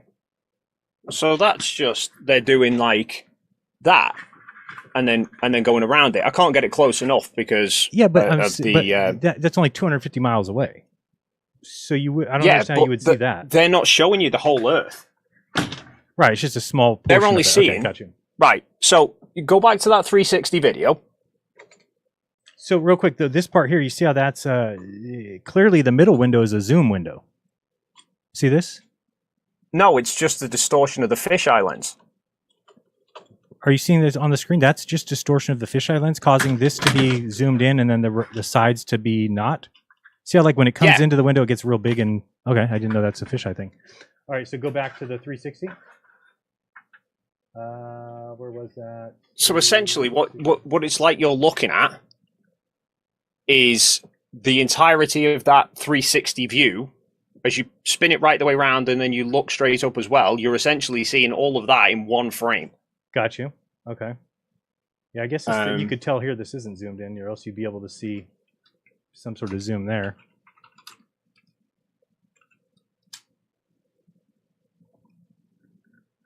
This is crazy. You put this link for everyone, or no? I'm gonna put this link in the chat in case anybody wants. No, I only put it in the. I'll put this in the regular chat. And the other one that I did was the other one that I covered was in fact, sorry, yeah, the other one that I covered was to do a full fly through the ISS. That's the one in I thought, 360. Okay. But if you skip ahead, so I'd say skip ahead. There's a point in a bit where it fades away there, where he's just looking out the window. So this is sunset. This is the sun's actually. It'll play out slowly, but yeah, if you look at the Earth now, the Earth's in shadow. Right, you just see the limb there getting the last bits of the sun. Is this is not the same video? Oh wow, look at that, yeah. There's a transition between it. They basically stitched. They cut between two clips, but yeah, he's disappearing into. They don't leave it running long enough that you can properly the camera re-exposes or anything to. Yeah, and that's kind of what I was looking for. Is like you would think that after this, let's say that this light goes out, then you would think that in this dark room you would be able to see stars. I would think that. But that's I mean, if you cut all the if you took away all the other lights, like you turn the laptop and everything off, so there was no other ambient light shining on the inside of the windows, right. you just see pitch black. So if anybody's seen any of that, I would love to see that. That'd be great to show me. I would show people that. Where did I finish? Yeah, so this is the one that's just pretty. So okay. So this is a fisheye lens. It's capturing all those windows, which are all around you. You can tell it's a fisheye lens. Look at the solar panels on that Soyuz at the top of the frame. Oh, appeared the curve like right. Yeah. So what I'm. Oh, look at the sun. Wow, that's crazy. Wow, that's nuts. Yeah, my wonder was if the windows themselves were doing that. But I see what you're saying, because we don't see him do that in that 360 video, so it must not be the windows, it's the lens then. So then the lens, a 360 lens, I'm sorry, a fisheye lens is going to show the middle correct, and then just the everything else around the sides is going to be bent? Yeah, so you get this back again. So God, I'm just breaking everything. That's a view from a fisheye lens. Right. So, if I put my finger here, it looks huge, and if I take it over here, right, I'm only moving horizontal here, but it's yeah, and you can see like your counter over there is bent. It shows the shelving over there, and the so it's big. Yeah, so they appear bigger when they're close, and then they warp away. Yeah, that is what we're seeing. And get smaller. Very cool. Yeah, that's pretty incredible. But yeah, the one thing about seeing it at night, I just think it'd be awesome to see it at night, and maybe you just can't see stars there, or whatever reason. But all right, let me check to just see if there's anybody who submitted anything. I know we said we were going to do. We're pretty close here already. If there's any chats you need to read from me, any questions, we can do that, and then we'll call it a set. Let me see what we got here. I got to go to the forms. Actually, I can go there. So yeah, again, I think that for me, I certainly wouldn't be debating on the side of a fake moon landing anymore. At least, again, for me, on a personal level, I just want them to go back. But I would not argue with somebody who said that we went. I don't think I have the evidence to do so anymore. So I was going to say that's good. So my poll I had a poll running. I'll end that now. That said, do you think Jeran will conclude the moon landings were real? I've got 56% say you will conclude they were real, and 44% say no. So who are you disappointing, Jeran? Cards on the table. Yeah, no, I think that I would say that it looks like we went to the moon. So take it as you will, take it or leave it. I don't think that I have the evidence anymore. So I do think it's important to bring evidence if you're going to make a claim. And not that I've never felt that way before, but I do think it's more important now that it's just like all the people saying that we faked Antarctica. So if that's what they think, then they need to bring the evidence of that, and then it goes up against the evidence that we have, which is, in and of itself, the multiple 360 cameras and the coinciding of the filming. There is no incongruency. There is no, somebody says, "Oh, well, where's the camp? You missed the camp." No, we got a drone and showed you that we go up from the drone and we can see the camp. So I guess that really did show me a lot. If it wasn't for Antarctica, I'm not sure I could be where I'm at today, obviously.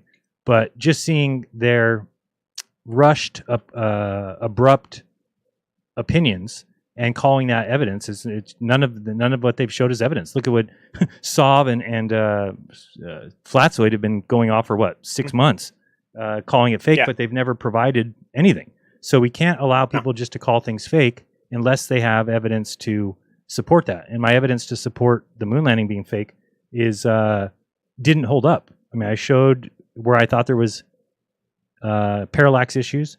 There doesn't seem to be. In fact, we found videos that show parallax at the faraway rocks. There's nothing incongruent that I can find as far as like this guy's taking a picture from here and this guy's not taking a picture, but he's being photographed taking anything like that. There's nothing like that. I did actually find as well. I was looking for it before. There was a great one I found from Apollo 12. So on Apollo 11, they only had one photo camera with them. But from Apollo 12 onwards, they each had a photo camera. And I found one where they're literally facing each other and they took a picture of each other one after the other, and you can see the reflections of them taking the pictures in the all visors. that stuff. Yeah, it all irons out. I've looked at it. I've tried to find it. So we got a couple things here. First of all, we got 4 responses. This one says, wait, I don't know what this is. Why is this out of order? Somebody says, when we see the moon from Earth during full moon, it looks so bright to our eyes we can even read a newspaper in its light. I asked Grok about luminosity of the moon from 1,000 miles away from it using the inverse square law of light. Grok said the moon should look about 58,000 times more bright from 1,000 miles away during the full moon compared to the moon luminosity from Earth. Now in the attached file, I'm showing moon picture taken from NASA from 1,000 miles away, and the moon is even looking less brighter. Additionally, the luminosity of the moon from corner to compared to the central focal point is almost the same, but a sphere reflecting the moon should look brighter in the middle with a hotspot area. So I'll just give you my opinion of that, where that used to be my argument. What I saw somebody do is they took a ball and they covered it in a gray blanket. And then they took videos of it showing that there is no hotspot on a ball with a gray blanket.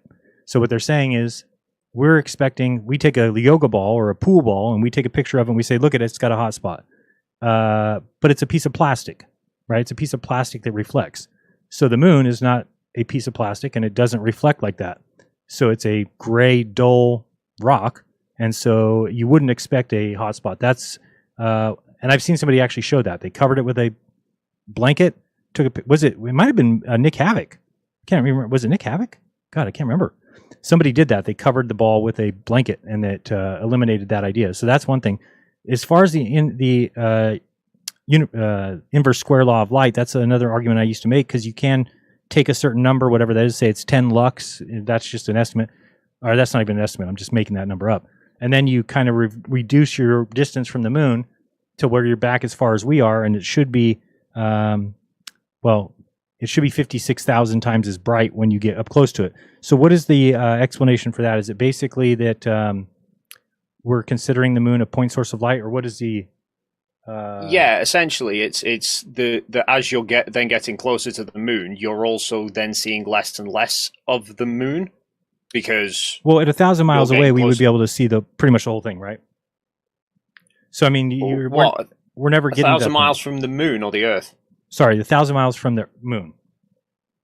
No, so because as you're approaching closer and closer to the sphere, the more and more of it is becoming obscured. The analogy that I would give in terms of this idea is go and stand outside on a road, right? You're 6 feet above the tarmac and consider how bright it looks, and then go to 36,000 feet in a plane and look out the window. The tarmac still looks just as bright. Right.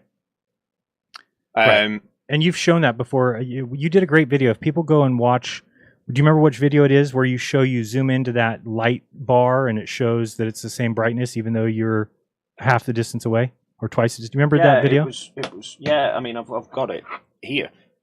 Oh, there you go. Oh, yeah. So what he did is he took this light and put it far away from him, and you can see the brightness of it. And then he backed up twice as far, but we didn't lose the. Go ahead, show people. So if you take, well, just pop that there. So if you take that row of lights, okay, and then I back away. I mean, they go out of focus, but they're just as bright. They're just the same brightness. It's now they just appear bigger. Right. Yeah, and you showed that that when you zoom in, it's the same. You put it next to each other in the video. Do you remember the name of the video? Yeah. Not off the top of my head. I'd have to go. Yeah, I don't remember it. And then the other thing that people are about the light of the moon. So you do have to remember, because one thing I saw somebody do about the Antarctica trip that I just laughed at was they took two videos and showed the sun in each video, and they said, "Look at how different the sun is." So therefore, it's fake. But people need to understand that cameras have settings, and you can actually adjust the settings, and you can make those. I don't know what they're called. The sparkles that come off not sparkles. What comes off the sun? The rays. You know what I'm talking about? The sunburst. Yeah, the sunburst. So you can actually set your camera a certain way that gets the sunburst, and then you can do it another way that doesn't. So somebody's showing this picture of the moon, saying that this is taken by Don Mattingly on the way to the moon, and he's saying it's way dull, not bright. But we don't know the settings that were used, right? So you could actually be flying towards the moon, and I'm assuming you could get a picture that would be the brightest white you've ever seen, right? By just taking the aperture a certain direction, and then the other way is going to make it look like this, like a dull rock, right? I mean, you could make it good. You're the camera guy. If you go outside on a full moon and you point your phone at the sky, the moon will just go bright white because the phone's trying to expose for the blackness of space. If you center the moon and you tap on it and you tell the phone that's what I want you to focus on, then it'll adjust the settings to make the moon look more like you're showing. Right. Yeah, so I think that's just a settings issue. Is that probably to their eyes it was not that dull. Would be my guess. At all, it would be much brighter. So then the second one says, when we see the moon from Earth during a full moon, it appears very bright. Bright enough that we sometimes read a news. Why is this the same thing? I don't know if they submitted it twice. So the luminosity of the moon proves the moon pictures are fake. So again, I see things like that now, and I feel so differently than I used to, because I think that you are incorrect about what you're saying, and then to just go with, so the luminosity of the moon proves the moon pictures are fake, but you don't know what the settings were on. And again, if the settings are if they're turned way down, I don't know what that is, f-stop or whatever, but if it's turned way down, then you are going to get a dull picture of a bright object. And if you turn it way up, then you can get an overexposed white light that would be extremely bright. Now, as far as it being 56,000 times, so the inverse square law of light also applies to space. It's just it's basically any source of light. The further away from that light source you get, the more. But isn't that due to atmosphere? I mean, isn't the reason that if a car is driving away from me and I'm losing its headlights or taillights, I would think that that's kind of the intervening atmosphere between me and the light. Whereas in space, there shouldn't be anything intervening. So I would expect light, at least for me, to diminish at a lesser rate in space. But I guess that's not the case because they... No, the light from car headlights is because they're not firing a perfectly parallel beam. They're angling out. So the further away you go, the greater that light is spread out. So each sort of square unit of the ground is then getting less light. Right. But that's actually a good example, because if you watch car headlights drive towards you, the headlights themselves don't get brighter. The light from them will. The ground in front of you will get brighter and brighter, but the actual headlights themselves don't look any brighter. Yeah, I'm actually looking at that. You know, on the moon, if it was, it's the surface of the moon is still lit exactly the same, whether you're standing on the moon or whether you're standing on Earth looking at the moon. It would only be, the moon would only get brighter if the moon moved towards the sun. Huh. So why does it make such a big deal then in photography that you use the inverse square law to decide how far away a light should be if it's the same bright? Or you're saying that the light that reaches the subject... No. So the light itself will appear the same brightness. So saying as you're traveling towards the moon, it should be getting brighter. It's not. The light from the moon would be brightening up the spacecraft more. There would be more light from the moon. No, hang on. Word this the right way. The total amount of light hitting the spacecraft would still be exactly the same, because as you're traveling towards the moon, you're traveling away from the Earth. Right. So the total amount of light would still remain the same. It would only be if you were traveling towards the sun, I suppose. But the thing is with photography, like my light above me here is going to look the same brightness whether I'm standing right in it or whether I'm far away. It's about how much light is landing on the surface area of whatever object. So here is, I can't get it. Yeah, but if we took that light and moved it 10 feet above your head, you're going to have less light hit you. But you're saying because the light is spreading out more around the room. But so that's me where it's looking at the light, the it's light itself is still going to appear exactly the same brightness as to whether I'm 6 inches or 6 feet away from it. Right. So space is going to be weird because you're not going to have any of that. You're not going to have any ambient light. You're not going to have any of that atmospheric light. It's just going to be the brightness of the moon itself. And you're saying as you go towards it, it's not going to get brighter because it's the same light hitting the moon. It's not going to get any brighter. It's not going to appear any brighter because as you're traveling towards it, yes, there's more light coming towards you, but the moon is also getting bigger. So each area of the moon is appearing the same brightness. It's just that you're now getting a bigger moon. Right. But it's you're seeing it over a much larger area. Like I said, if you look at the ground from 6 feet above it versus 36,000 feet above it, Good point. Technically by that argument of the inverse square law, right. That's the best way to put it. Descending in a plane, the ground should get brighter. Right. That's a good way to look at it. Is if you were to you're looking at the ground. Okay, we see the light on the ground. If you got up in a building or something up high, it's not going to then be less bright. You're still seeing the same brightness. So somebody's asking if your opinion is based on empirical evidence. You can't be an Apollo program denier. In my experience, the deniers want to believe their narrative and are almost never interested in the evidence. Well, I'm kind of noticing the same thing. I mean, again, I encourage people to go look for the evidence if they really feel it's fake, because it's very easy and very lazy, and I'll admit that, to just say, oh, it's fake. I know it's fake.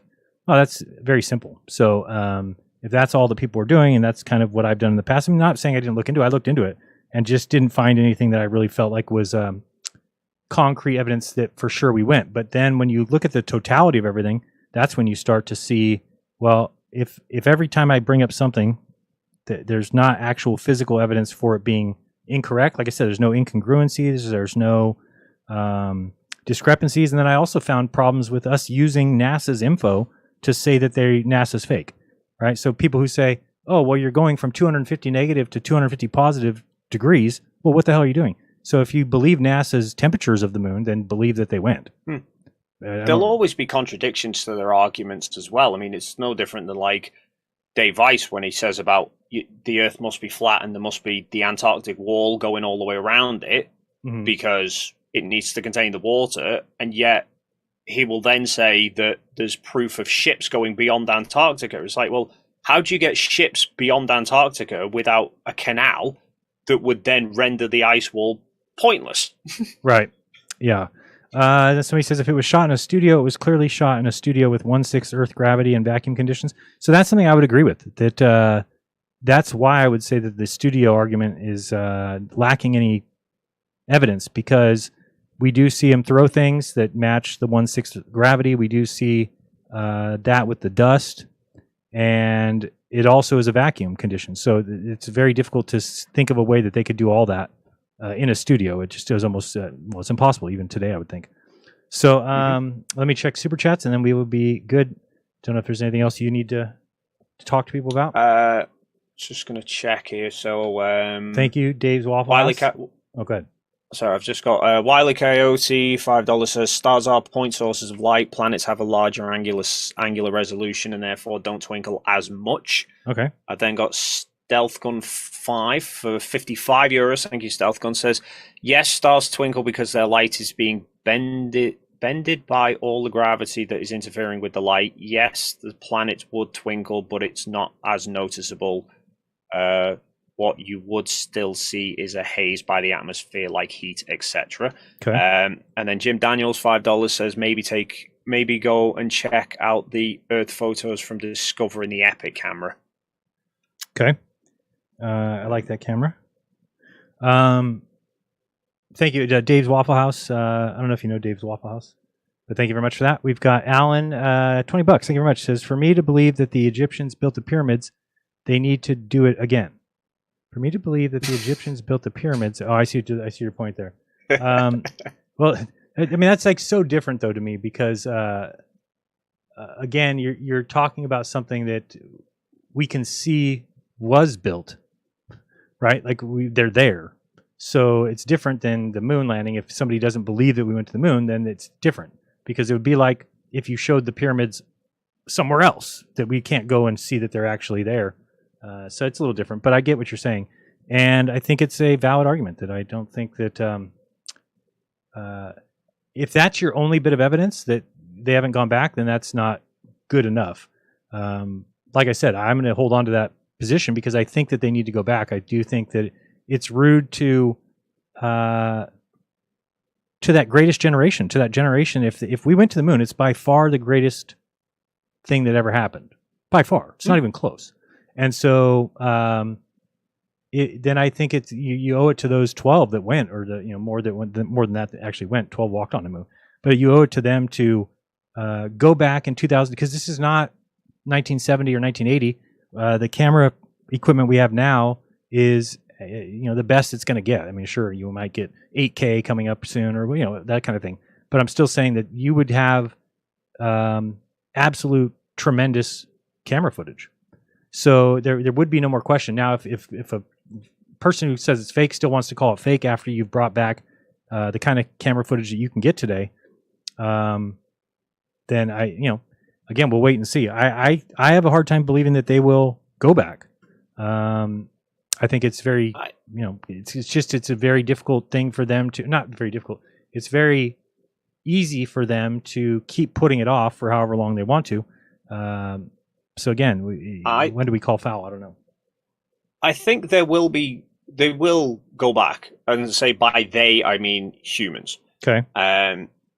In terms of NASA doing it, there's less of an incentive for it, but I think you've possibly got the likes of China, who are obviously now pressing their space program quite a lot. So I can see them going at some point, just so that they've got the bragging rights to say that they did it, but it's not as much of a priority as it was for NASA back in the 60s. I think in terms of going back, I'm not convinced that would settle it either, because in reality, even if they were to go back, there would still be people who would say that the original landings were faked. You consider right. Antarctica, right? There's plenty of people who've accepted we went to Antarctica, but still say... I don't know if there's as many people as you might think of that. I think that the people who realize we went then accept the fact that the videos that have come forward were legit. At least I haven't seen anybody do that. There's some. But if you think like all of this the whole of Final Experiment stemmed from the Anthony Powell videos. Remember? Yep. Those time lapses being called fake. And yeah, there's I was still people who go, okay, you know, maybe that footage is, but this footage is still fake, or just because they went, that could be faked, and that's faked. Right. I think even if they went back to the moon, unless they actually landed on the original Apollo landing sites and said, look, we've landed and here it is, you'll still get some people who go, no, you faked it just to try and shut us up. And you'll get... I think that the only reason I disagree with that is we've never seen the kind of footage that should be expected in 2025. So if I just picture a GoPro camera or a an Nikon camera or any kind of Sony camera or whatever, but we haven't seen anything like that on the moon. If we think back to the 1969 to 72 moon footage, it's not the best quality, right? It's just kind of I guess it's good for the time, but it's not great. And 2025 is great. There are to some extent. It's just they've not landed at the Apollo sites. They've landed elsewhere. I'm talking about with people, with human beings. Yeah, I know, but that's the problem, is the fact that they're not going to send... If they're sending humans back to the moon, in reality, they're not going to bother going somewhere they've already been. No, I agree with that. They're going to go to a different place. It's why the Apollo landing sites, if you look at them, they're scattered all over the place. Yeah. And they're all on the Earth side of the moon. Because they did actually I can't remember, one of the Apollo crews were actually pressing to go to the backside of the moon and use like kind of radio relaying with satellites, and NASA wouldn't let them do it, but they wanted to go around to the backside of it.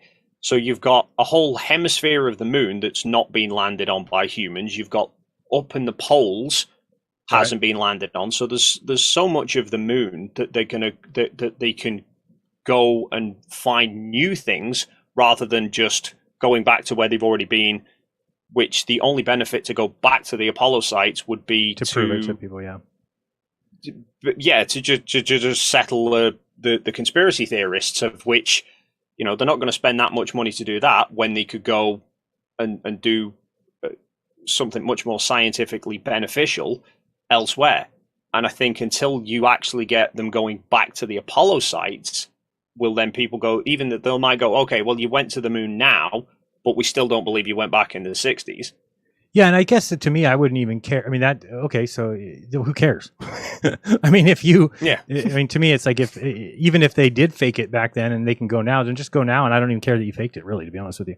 It's more a worry of whether or not you're telling people we can leave the Earth if we can't even leave the Earth. I do have to show this just because this is the funniest thing ever. This is the proof that Bill Nelson, who is the head of NASA, not the sharpest tool in the shed. Here he talks about the moon. We're planning this to keep going out into the future until we get sufficient technology and systems that we think we can go to Mars. And I think that's in the 2040s. In the meantime, we're going to be doing a lot of science on the surface of the moon. Such as just last week, the Japanese government is going to do the cost and building of a pressurized rover. And that's going to give our astronauts the ability to go out and to stay on the surface for 30 days, because they will have a mobile environment in which in and out of the rover, but they go in and out of a lockout room. And they can take off the spacesuits that they have to use outside. And this part here. Mr. Rear, while China is aggressively deploying more spacecraft to the moon, they had another successful launch on March 19th. Here in the U.S., we have an opportunity to catch up by combining forces with some of our domestic commercial... I get to the part. Well, that's exactly what we're doing with the CLIPS mission, CLPS, that you mentioned. We are using commercial. Where's the part these about are doing, you think, on the backside this of the part? moon. Do you have any insights in that? They are going to have a lander on the far side of the moon, which is the side that's always in dark. I don't think he understands the model. He's the head of NASA, and he just said that the dark side of the moon is always in dark, which it's not. It's half the time in dark, but that's hilarious that the head of NASA doesn't know that the moon is the side that's always in dark.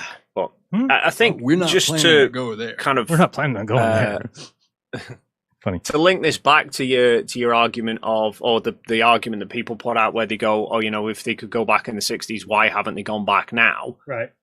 And you find every argument's got a counter argument, a flip of the position. And I go, well, if they didn't go to the moon in the 60s, that means they must have faked all of that in the 60s. And yet nobody's been able to fake it in the 50 years since. Right. Nobody's been able to show how to accurately reproduce that. It's like you've had 50 years of conspiracy theorists saying they never went to the moon. Well, show us how you faked it. And we've still got, you know, we've had, we're now on 16 hours of you and I having these conversations, and you've had several weeks of people being able to bring it, and there's nothing that any... No, I'm still open to people, submitting evidence, because I just, again, it seems like everything can be answered, and it's not even like it's a stretch, talking about the camera settings on the moon or the camera settings on the pictures of the moon. We do have somebody else here. This is Mr. Libsardi, I think. He says, I have always thought that it was fake, but now I'm unsure. So way to go, Dave. You convinced one person to think about it. We've got Addicted to Globing. $5 says, please give Dave my best regards. I'm always conflicted on which stream to watch on this discussion. Give my love to Rusty, too. We don't mind either one. All right. Any final words? That's my super chats. I appreciate you doing this. I've learned a lot, and I think that I look at it in a different way. Again, I'm open for, like you said, I want to go where the evidence leads me. And that's why somebody asked me, I don't know if you know, I had a guy come stay with me the last couple of days. His name's Lockwood. I met him at a Flat Earth conference in Denver. And then he was also at the one in Dallas. And he called me up and said, so I hear you've switched back to the globe. I want to come hear it from you. I want you to show me what you see, show me what you've come to. So he came here, stayed for a couple of days, and then is no longer a flat earther. So it was kind of cool, though, to see his transformation and just to be real adult about it and just go, okay, we were wrong. Then we were wrong, right? I'm like, yep, we were just wrong. And but he asked, if am I still open to more evidence coming? And I'm like, absolutely. I mean, why would you ever be closed to evidence? So if the flat Earth is true, then somebody's going to come up with some evidence that's going to compel me. So far, there really is a lack of that evidence when it comes to important things like the sun. You got to be able to explain the sun if you're going to have a model of the Earth, and you got to be able to explain why we have a south celestial pole and where the South Pole is, and how come you can get there from Australia and you get there from South America and you get there from South Africa. Those things tell us that the Earth is a sphere, and then the symmetry of the Earth is the big one. Go to 30 degrees north and 30 degrees south. 6 months later, you'll see the exact flipped image of the sky. That's the thing, and that's what I said before, and that's what science is. When they say science is, science doesn't truly prove anything. It's a case of what answer fits all of the available evidence that's currently on hand. Right. And you have a conclusion, and then if something comes up that doesn't fit with that, you check it, you test it, you verify have you not made a mistake or whatever, and then okay, if you've got something that definitely is right and doesn't fit this, you shift your opinion to suit it. Right. Flat Earth isn't like that. Flat Earth is that if something doesn't meet our preconceived notion of the Earth, then we just dismiss it as fake, or it's a person's trying to lie to us, or it's it never can be that our model is wrong. And the key thing is as well is a case of you always have to have one answer to fit everything. Right. The heliocentric model is it fits everything, and if it doesn't fit something like the Newtonian gravity thing, okay, well, can we find something else that then incorporates everything? Whereas what you often find with the flat earthers, you'll see now, is you give them an observation that doesn't match a flat earth, or that doesn't fit their understanding of a flat earth, and they'll go, okay, well, maybe it could be this, or maybe it could be that. You're like, okay, but how does that fit with everything else? Great example of that is that Dave Weiss's explanation for me seeing rocket launches a minute and 5 seconds after they take off is that there's a 20,000 foot cloud that condenses down to the size of the horizon, and then we have to wait for the rocket to get above that. But what he doesn't realize is by bringing that up now, well, then it destroys Canigou as an evidence of seeing too far, because Canigou is only 9,000 feet tall. So why isn't it behind a 10,000 or 20,000 foot cloud that condensed down to the size of the horizon? So this is the thing, is that that's not finding evidence of something when you're just saying, well, let me find a way to explain this, but you're not taking everything else into account. Whereas, like I've said, when we look at the sphere Earth, the one word sphere answers all the questions that you have about the Earth. If you ask, well, why does the sun flip upside down in the south? Sphere. Well, why does it go backwards? Sphere. Why does it, why does it go the opposite direction? Why do the stars, spin in opposite directions? Sphere. The word sphere answers all questions. When it comes to the Earth. So that's what I like. The second video I ever did about flat Earth, I called it "How to Silence a Flat Earther," because I said, here's 5 observations that we can make about the moon. Not just one characteristic of it. Right. 5 things that you can see. Give me one flat Earth model that can fit all 5 of those, and you can't do it. You can make a model to fit one. You can't do it to match others. Currently now, like, you go, okay, well, the AE map's been nullified. Well, okay, explain everything else. You can't fit. You can't, if you don't have a map to explain things, like, how can you know the GP of every star in the sky, but not have a map that you can go, okay, well, here's the ground positions of everything, and all the angles and everything else match. Because if you look at it as all of the things, what one answer addresses everything about every observation of the Earth globe. If you look at all the moon landing footage, what one conclusion fits everything of the footage, and so far, they went to the moon. Yeah. If you find one small clip of, that looks a bit funny, or that looks a bit funny, that doesn't nullify everything else. The burden of proof is now on the people going, it's fake. Right. Provide the evidence that it was actually fake. Did you notice at the bottom of my name here, it says I graduated. I'm an official Globe Shill. It's okay. I've just had a text from NASA. Your moon landing Shill check is in the post. Well, what about the Antarctica Shill check? I haven't got that yet. It's been 6 months. Just like, you might want to tell Deborah. I'll have a word with Brenda. I think she's on maternity leave. All right, guys. It's been fun. Make up your own choices. You shouldn't care so much about what my opinion is. I know a bunch of people will flip out. I don't care what your opinion is, believe it or not. I don't care whether you think we went to the moon or not. That's up to you. You can determine that for yourself. But for me, I no longer would argue on the side of there's no, that it's fake, because I don't have the evidence to say that anymore. But I still think they should go back. I think that that's going to be my position. But you're not going to catch me on team. They faked it. So, any final words? I'm the same. It's a case of, like, I'm not closed-minded to it could have been faked. Right. I'm not saying it categorically wasn't, but the evidence leads all the evidence that I have seen only points me to it happened, and if somebody can bring me a piece of evidence that that goes, here's how it could have been faked, and this is how, like I said, there's you can't have two exact. Two completely different answers that are perfectly match each other. It's a case of, if it was shot in a studio, there will be a difference between it being in a studio to it being on a moon.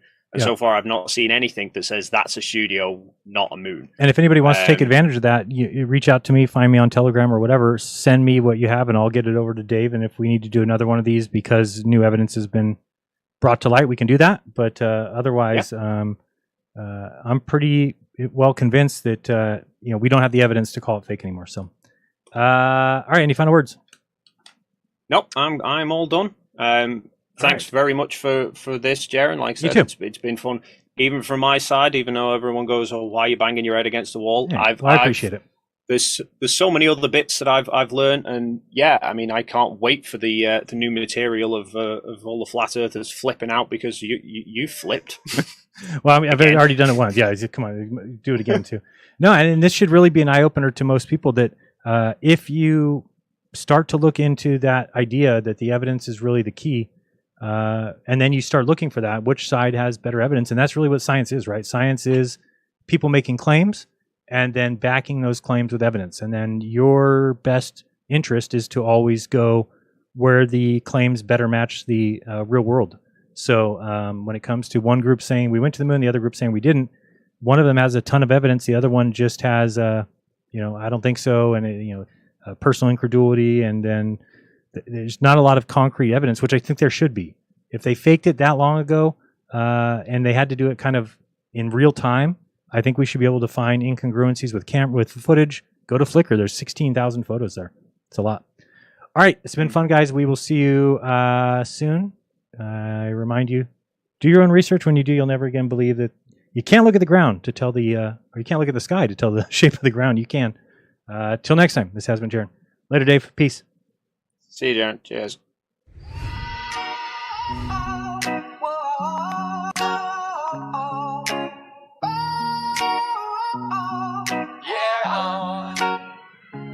If we went way back in 69, if that was real and y'all ain't lying, then NASA put a man back on the moon. Always over budget and always way behind. You need 5 more years and another $1 billion dimes. And you promise to put a man back on the moon. If y'all pass the belts and that's the truth, then load the rocket and show us all the proof. Hey NASA, put a man back on the moon. Yo, they went in 69 with tech that's dead and gone. Ran code off punch cards, now we're swiping on our phones, but no boot since that's half a century past. Who would have thought that one small step could be the last? And burn the blueprints. Come on, stop with the cap. You don't lose how to do the moon, bruh, that's a trap. Artemis is late, constellation got trash. Starship keeps exploding, SLS burns cash. Promise moon by 2020, got delay after lie. You went from world's greatest feat to our rockets hardly fly. So it Buzz and Neil made it through the Van Allen zone and get your ass back out there. Stop hiding that way back in 69. If that was real and y'all ain't lying, then NASA put a man back on the moon. Always over budget and always way behind. You need 5 more years and another $1 billion dimes. And you promise to put a man back on the moon. If y'all pass the belts and that's the truth, then load the rocket and show us all the proof. Hey NASA, put a man back on the moon. Yo, Bershit crashed, Vikram crashed, Russia's Lunar 25 straight lunar trash. Peregrine dead, constellation gone. Blue Origin is a carnival ride, stop me if I'm wrong. You had the crown, now you stalling like a clown. Got SpaceX gambling while your budget bleeds out, saying soon we'll land. Yeah, I heard that too. Back in 2004 from freaking George W. 50 years of maybe billions blown on plans, but not one damn boot in that lunar sand. So if the science is settled and y'all really went, then do it again. Stop paying rent to pretend. If we went way back in 69, if that was real and y'all ain't lying, then NASA put a man back on the moon. Always over budget and always way behind. You need 5 more years and another $1 billion dimes. And you promise to put a man back on the moon. If y'all pass the belts and that's the truth, then load the rocket and show us all the proof. Hey NASA, put a man back on the moon. They said we went in 69 with no computers, but now we got AI, GPS, touchscreen cockpits, and they still can't land a fucking robot without blowing it to pieces. Something don't add up, homie. They say the moon's too far, like that line just sells. But they sent a car to Mars, man, what the hell? You filming high res on a 1 billion-mile probe, but your moon feed in 69 look like a strobe. Look, if it's see-through Buzz and Neil got their curtain rosin string, then fire it up again and do the damn thing. Don't show me cartoons, don't bring me delays. Don't spin me dreams with the Artemis phase. We seen all the lollygag wasting our greens. Some even ask if our green is paying green screen. Just stop with the talk, the gas and the lies. Either put up a flag or kiss the past goodbye. If you did it back then and that's really the truth, then strap in tight, shut the fuck up and show us the proof. The longer you wait, the more obvious it gets. As things become late, there's no more bets. The one question left is did you put a man back on the moon? If we went way back in 69, if that was real and y'all ain't lying,